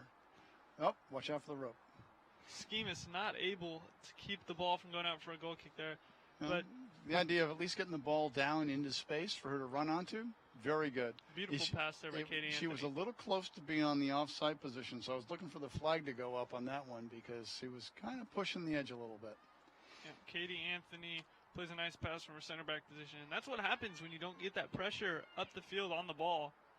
You can, especially if the center backs can pass like Landers and Anthony, you leave yourself open to getting hit on those quick runs into space. Absolutely. And we're already seeing a little bit of a confusion on Woodland's part as to who's supposed to have the ball and who's going for it and who should take what here. They need to have these things worked out a little bit more in advance. And the Beavers at 0-4 in 2A GSHL play. Columbia River at 1-2. So a win would do very good for both these teams. A draw, probably not the most ideal situation for the Chieftains, at least, as they pretty good favorites coming into this one. Yeah, but even with Woodland being down by 1 goal at this point, still leaves things vulnerable. And things are not put away yet. Not at all. And there is a turnover, and Troyer has a lot of room, and she is very quick. We'll see what she can do here on the left wing. Oh, got to pick the pocket on that one. Katie Anthony there, nice defense. Known for her solid defense at center back as well as her ability to make a pass upfield. That's going to be a foul against Woodland. A little pushing. You know, get a little some frustrations because if you have a player that's faster than you and you're getting tired, you might do a little pushing or a little holding. Not a good thing, especially when you're getting tired. And we're into the 48th minute, only 8 minutes into the second half. And already we've got some people showing a little bit of tiredness on the Woodland side. Again, they don't have as many players to substitute, so it makes it more difficult for them, more challenging physically for them.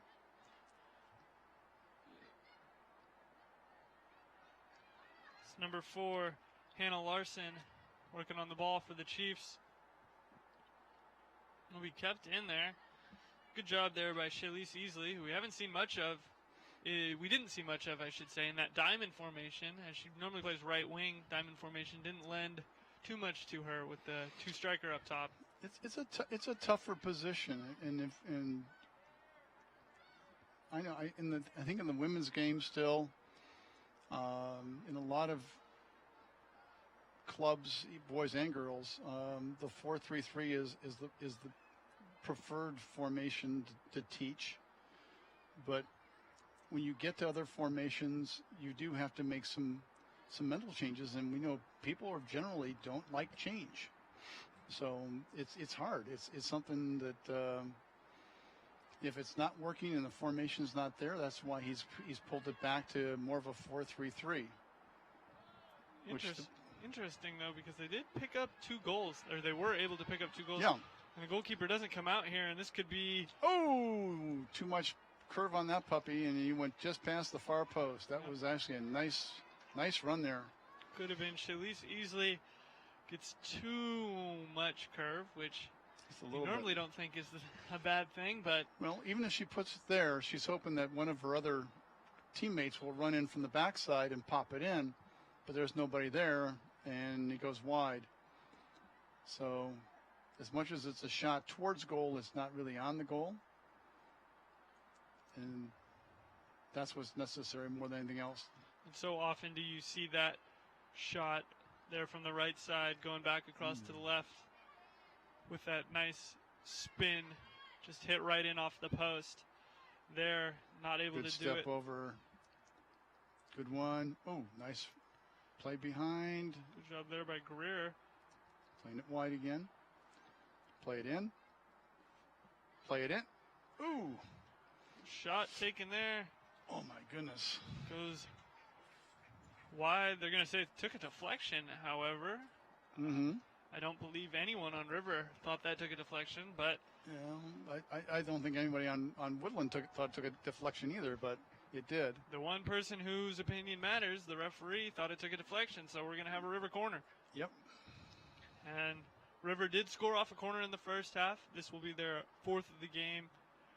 Sophie Landers got her head on one earlier. We'll see what she can do here. And they're going to try and flood the box, and goalkeeper did a nice job of hanging on to it with their hands. Very nice job there, especially after the rocky start she's had so far in this game. Nice to see her get back on track there, plucking that one out of the air.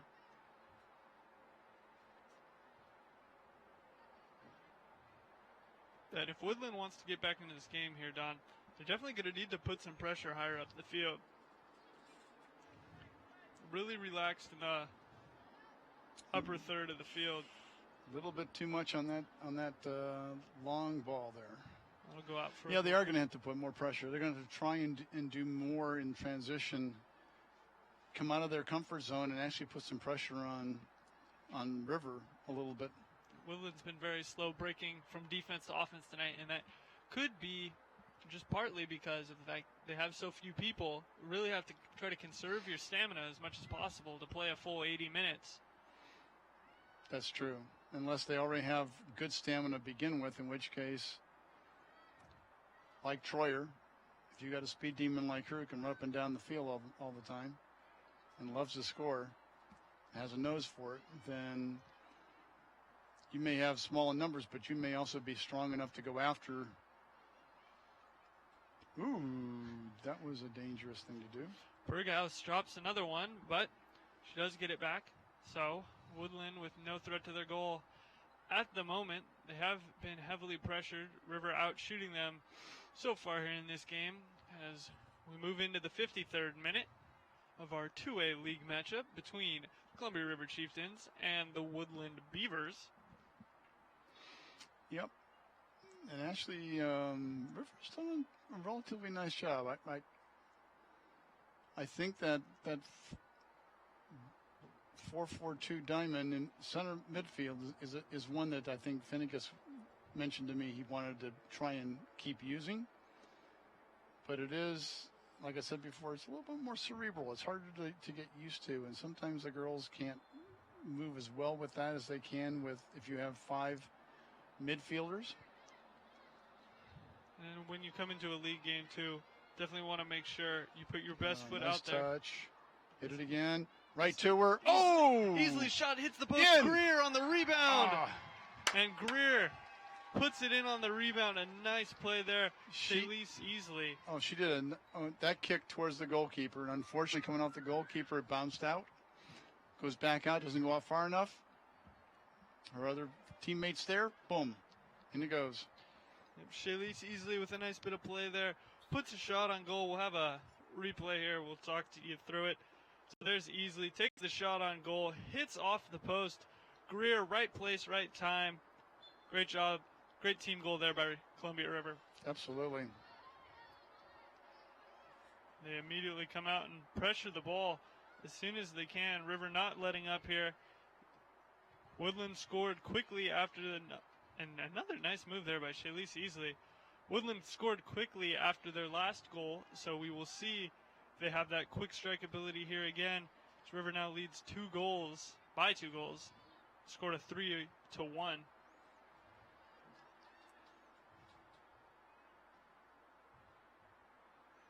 Ball is the difference being if River can actually continue to be really aggressive at this point and go after a second goal, they take away that edge of letting down too quickly.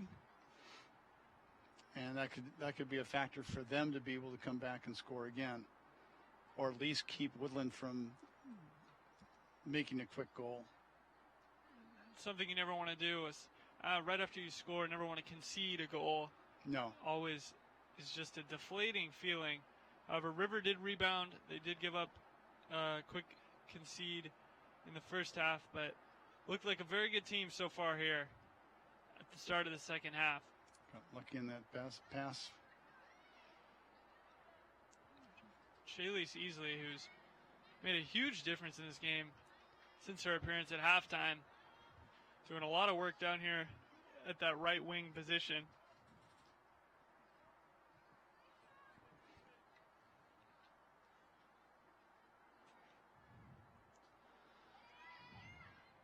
Woodland really struggling to put anything together on offense so far here in the second half. For really most of the game, other than the Troyer kind of solo run. Yeah. Have not been able to string together too many passes or keep possession all that well. So we see an errant pass there from Sophia Connell, trying to find Ellie Walker, who had numbers in front of her. Yeah, that was like a little. You're shooting it into traffic at that point. They're offside. There she is. Walker. She's just a little bit ahead of the ball. And there it is again. Woodland's defense frustrating Ellie Walker. They may have given up 3 goals. However, they have marked one of the top players in their league outstandingly so far tonight. Caused her to fall for 3 offsides so far. Well, the one thing I would, if I were the Finnegas for Ellie Walker, I would say you need to be able to make more diagonal runs across the front of the defender before you cut past them. So you're actually making it look like you're still onside. Because if you sit there too long, you are going to have a problem. Walker and just off the post to the right. Oh my goodness, that should have been in. That ball was taking some bounces on her. She wasn't able to get her foot really on it, keep it on the ground. Pressured by 2 defenders there. A nice job to even get the shot off on goal. Just barely hitting the post. It had beaten the goalkeeper. So we'll see if Walker can. We have a defender that didn't quite know what was going on there. Yeah, was not expecting that. It looks like. But that puts River now in their defense. Woodland's defensive third and River's attacking third. River has a throw in here. just outside the box. Walker throws it in deep and bounces over Lander's head into the hands of Kylie Burgess, the sophomore goalkeeper for the Beavers.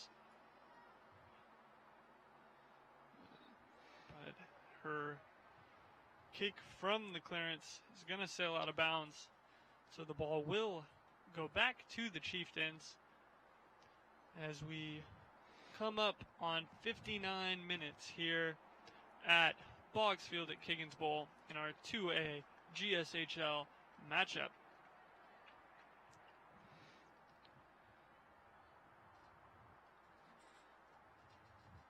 You got a change over now for Woodland. Troyer. A couple of people got a chance to rest. Kristana Troyer coming back in, their senior striker. Picked up a goal earlier this game. Hoping maybe she'll provide a spark off the bench as Woodland does get the ball back there after our unnamed lady, number 17, was not able to keep it in play. I find it interesting that we have a number 17 we have no name for on the Columbia River side. Interesting. You want to say it's probably a JV call-up? And that's what it was for one of the other teams. Yeah, it was like that was a JV call-up. That was their JV jersey number. And it was like, wow. Because usually you hope that the rosters that you're given for at game time reflect any additions or new people you've added on. So you would certainly hope so. Yeah. A nice pass there to Easley with a nice touch. Oh, nice move. Beats outside the pace. Walker in the box, tries for the back heel. Takes the deflection, even if it had not taken the deflection, didn't have the right angle to go in the goal. Ellie Walker getting very cheeky here in the second half. She had number 5, Lauren Krusavage, who came in from behind, who was just about there to get that if the goalkeeper hadn't picked it up. So, nice job. Columbia River doing a very nice job on the attack tonight, as showcased by their 3 goals so far. 60 minutes into the game, 20 minutes left to go. Beavers 1, Chieftains 3. Walker on the ball at the edge of the box, takes a shot. Ooh, just hooks it a little bit left and misses that wide shot from the near post. Tries to, moving to the right, trying to shoot back to the left. And that shot's very easy. You can wrap your foot around it and get too much curve. You can scuff it and shoot it off into the air. Yep. Difficult shot attempt there from Walker, especially outside of the box. So, credit her for trying on that one, but will not go down as a shot on target.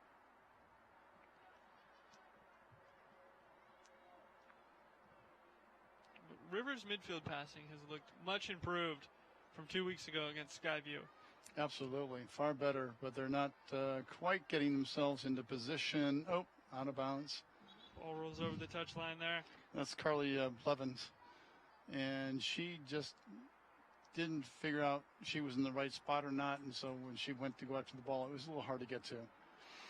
But that's a hard piece. I mean, overall, the passing has been better than it was 2 weeks ago, so there's a lot of growing still going on. I like the touches that we're getting from Celise Easley, number 16 over there from River. She's got a nice touch and some nice moves to get around people. So she's made herself very invaluable. She comes in again here. This ball's played to her. Gracious. Does a great job using her body to move the defender off the ball. But she can't quite save the ball from going out. And that'll be a goal kick. And she did not play the entire first half due to the fact that Finnegas was going with that different formation. But her appearance in the second half has really changed this River offense dynamic, as she's been able to work up that right wing whenever she wants almost. Well, and like we said before, formations have to complement the strengths that you have in your players, and you need to be able to overcome their weaknesses by using it to their advantage. but it's how do they relate to each other? And when you make a change, yeah, she may not be one that you really want to have in that midfield. You may want to have her to be able to come forward more. And you may play a changing formation. But that's, something that's a nice thing to have, but not everybody can handle more than one. The difficulty of playing more than one position in two different formations. Well, but you try to make sure you have people. Ooh, we have a goal right there. We do have a goal. Nice bit of play there. Bit lucky on the bounce, but she finishes it coolly.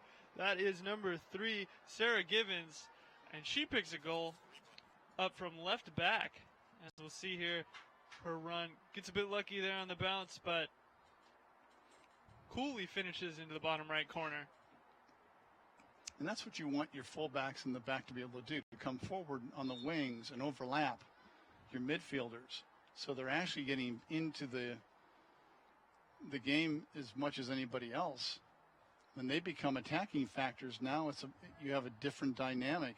You now have more numbers forward and less chance of the other team having a way to nullify your attack. Oops, too much of a push. Too much on that pass there, and this game has been all Chieftains from an attacking standpoint. Other than that goal from Christiana Troyer, the Woodland Beavers not mustering much on offense, and River has been pounding away.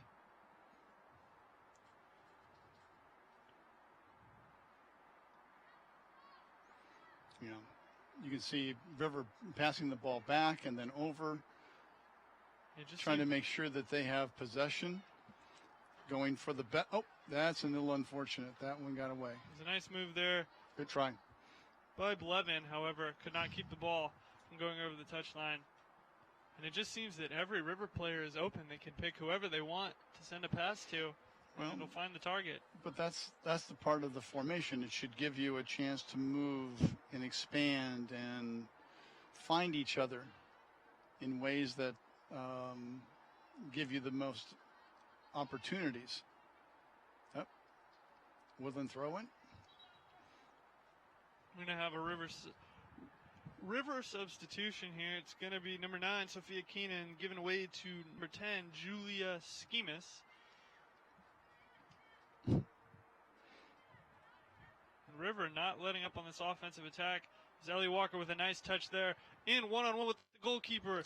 Oh! Finally finishes one into the bottom left corner. Took a bit of a deflection off of Berghaus. Berghaus did get a piece of it, not enough to keep it out. And it hit the inside of the post and went back, and it's in. We'll have a replay here. We'll see Walker. And there's Berghaus barely getting a hand on it. It's unfortunate, yeah. But she got a hand to his right, and that's about as much as she got.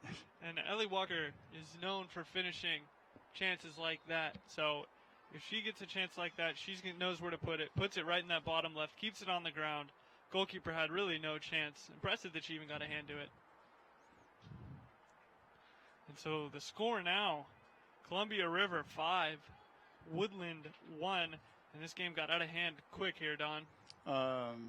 Much more than I would have thought. I thought it would be a little bit closer game. But River is starting to figure out some of its own pieces. And in this league, the 2A, for them to be dynamic is important if they want to make it to the state playoffs. Oh, there's almost a shot right. Oh, off the inside of the post. Oh, my goodness. Off the crossbar there. Off the inside of the crossbar for number 17, the unnamed lady. So she's had a shot go wide and a shot ring off the crossbar. Nearly misplayed there by Berghaus. Wow. River has really turned it on here in the second half. 13 minutes left to go. Yeah, that was just impressive. I mean, that is good soccer. That was a beautiful sequence. Walker with a bit of nice play one-on-one on the outside. Turns on the burners. Sends in a beautiful ball. Greer barely substitution for the goalkeeper. Oh, you're correct. Oh, my goodness. Emma Fisk coming in for Columbia River. Even though that side of the field has not seen much action tonight. No, she's going to sleep over there now. Yeah, so 00 was the goalkeeper for Columbia River, who is also not listed here. But number 0 did come in. Do we have a number 1 in there for them? No, I think that's, I could be wrong on that. We'll see. And it looks like Coach Affinigus just kind of putting out a squad of his youngsters and people who don't get as much playing time right now, as River is up 4 goals. Walker has come out. The starting goalie has come out. 2 more subs set to come on for River. Oh, there's an unlucky bounce, and at this point in the game, you're just kind of trying to avoid injuries and make sure nothing major melts down here going into the next league game. Well, at this rate, if they keep it up, they're going to be in the run after Heritage and Ridgefield, because those are the 2 at the moment that are, I think, in the 2A standings. That's what you've got right now for standings. I do not have the standings in front of me. I do know that River is in 4th place. I believe R.A. Long, Ridgefield. Ridgefield's definitely the team to beat in that division. It seems always quite good at soccer. Very strong team. As River gets a cross in, but it takes a deflection there. Back in. Oh, a little bit too far. Nice ball there. Number 14, Julia Cash. Looked like she may have been on the offsides, or in an offsides position. Not quite sure. We have a diagonal angle up here in the press box. Say that 3 times fast. But well, 10 minutes yet to go. It's becoming an interesting game in terms of Woodland trying to figure out how to get around Columbia River and score again, and they haven't been able to figure it out. They got it that one time, and that was it. The Beavers have been shut out in their past 2 league matchups, once against Mark Morris and once against Washougal. So nice to see them pick up a goal in this game at least, but going forward, they're going to have to figure out something with their offense if they want to contend for a playoff spot in the 2A division. So a loss here would put them to 0-5. They would still hang out in the bottom of the 2A GSHL rankings. A win here for River. I think the referee needs to watch that where that ball is. Yeah, that ball is not on the line. Not on the line right now. However, we do have number 11, Joy Miller, coming in to take the corner kick, and I'm sure he will make her move it back as he does. So River swings in the corner here. I think that was Landers who tried the volley. It was Landers who tried the volley. Didn't go, deflected by 2 Woodland players, but River still has numbers up. But Berghaus gets to it, and it'll be the Beavers' ball for the time being until it is given away. Looking good, looking good. There's Come on, Troyer. Woodland. Can you come back another goal? Troyer just nobody there. Really, the story of the night for Troyer. No help anywhere. She turns. Yep. Well, and it may be just a matter of trying to get her team to move with her more. But that also is a factor of most forwards, and that is if you're out there by yourself, you sometimes end up having to run by yourself. Yeah, something that Coach Brian Vogel might want to take a look at in practice this week. Don't know if they'll review the game film or not, but not much help from the supporting cast here tonight for Troyer. And it'll be something Woodland needs to pick up if they want to pick up their offensive attack this season. Looks like a handball there on the Beavers. Oh, excuse me, on River. And the Chiefs. So a free kick is taken to Troyer. She does have a little bit of help here, but not in the place that she wants it to be. Ooh, Shen's good try. She's got a good foot. Yeah, she does. Nice strong shot on her. Good strong leg, but In the net for the most part, over the line. So she couldn't hook it quite enough, and all she could probably do was try to get it back towards the 6-yard line for someone to kick it in. she did not have really the best angle there to send the cross in, but No, that's not when you usually can make a shot from. That's not a shooting position. But Woodland with So some now nice pressure here in the midfield, but an errant pass will get rid of all Oops. that. Unfortunate. There's Coach Afitigus down there on the sidelines getting into the action. Showing us he can still use his feet a little bit. Oh, he can use them a lot. We got Sometimes officials do not like the coaches or other people to try and touch the ball other than the players. So it depends upon the official you have. But yeah, that can be we see it sometimes. The MLS will see it every so often. Caleb Porter was one of those that would do the same thing, or head the ball or put it back over to the person, and it's like the referee's going, yeah, you're not supposed to touch the ball. So we got about 6.5 minutes, or 5.5 minutes, give or take, depending on the referee's official clock. But this game so far, or at the moment, looks as though it'll be a Columbia River Chieftains victory as we close in here on the last 5 minutes. And quite convincing one at that. I mean, at 5-1. Very convincing when you were right. And could be more right here as River has an opportunity. It's number 2, Anna Benson, but they're going to say she got a bit too aggressive there in the box. Yep. A little over eager. Good word there. Good word choice. Benson, a freshman, probably looking to get her name on the score sheet here tonight, as so many Chieftains have. I do believe all 5 goals coming from different players, if I'm not mistaken. I think you're right. And that ball goes out there. Check your notes on that one. I think I think every single one of them was a different person. We had a goal from Schemas. We had a goal from Easley. We had a goal from Landers. And we had a goal from Walker. Yep, So, all the different ones. so Spreading the wealth around. River. Oh, and I forgot, Sarah Givens, left back, came up on one play where she tucked a nice finesse shot into the right corner. So 5 goals for 5 different girls tonight for the Columbia River Chieftains, putting on an offensive performance here tonight that they will want to repeat going into their next league game for sure. Absolutely. At this point, everything counts so much for points, especially in league, and you want to be one of the top 2 or 3 teams in your league as you make it to the playoffs.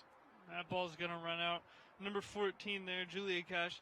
She had a little more time than she thought. Probably didn't need to play that ball as heavy as she did right there. Well, and there may be a feeling right now of, okay, we're down the last 4 minutes. Let's really go after it. And sometimes you anticipate too quickly. You try to get over eager, and you don't quite finesse the shot where you need to put it. Like that was a nice one, nicely placed in there. There's Julia Cash. Little tough on those. Julia Cash committing the foul there in the box. And so she's played throughout the game. She's been a substitute, came on a little bit, played earlier.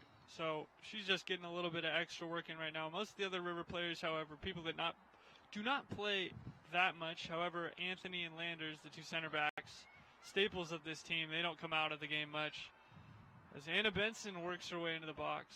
But wow. River's really going after the ball nicely. And they have all night. They've had that high line, that high pressure all game. As we see Katie Anthony, the center back, on the other side of midfield. River playing quite a high line, not too afraid of Woodland's attack. And it has definitely paid nice out for move, them. nice touch.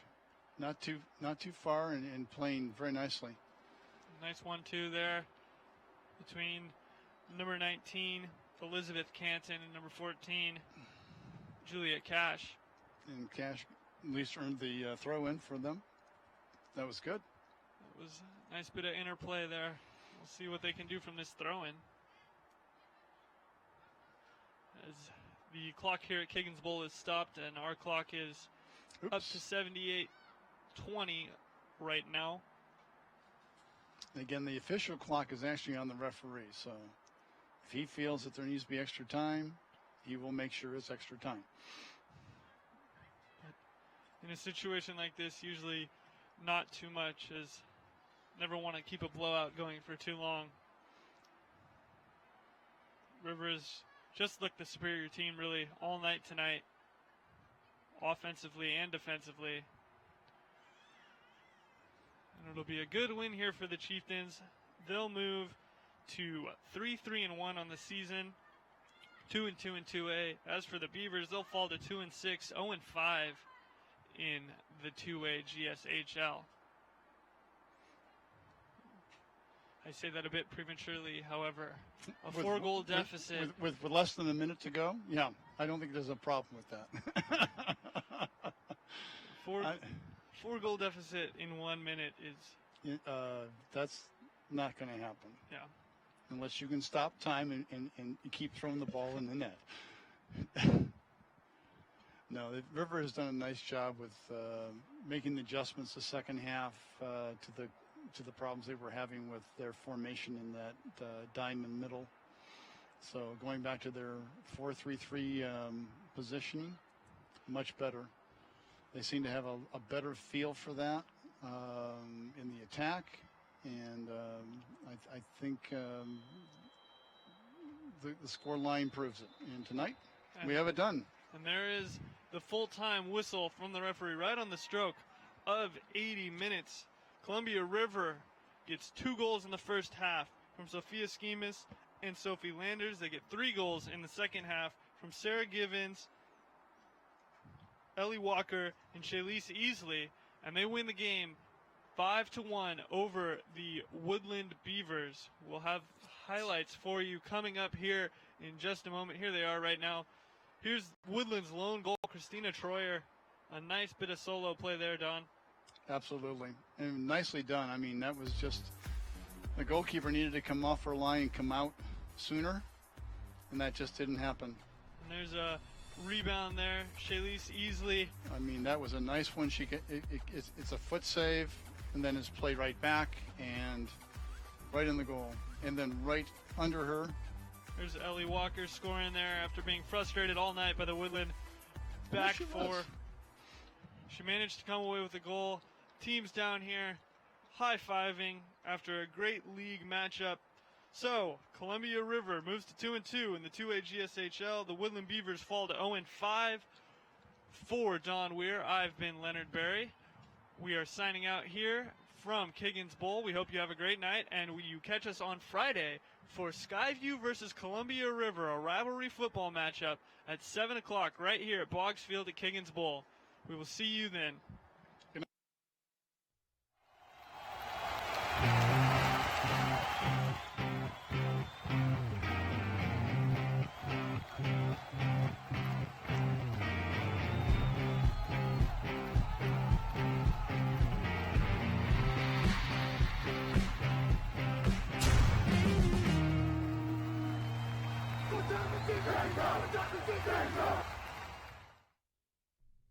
This VPS Game Time broadcast is brought to you in part by the Foundation for Vancouver Public Schools, getting kids to school healthy, happy, and ready to learn. For more information, go to www.foundationforvps.org.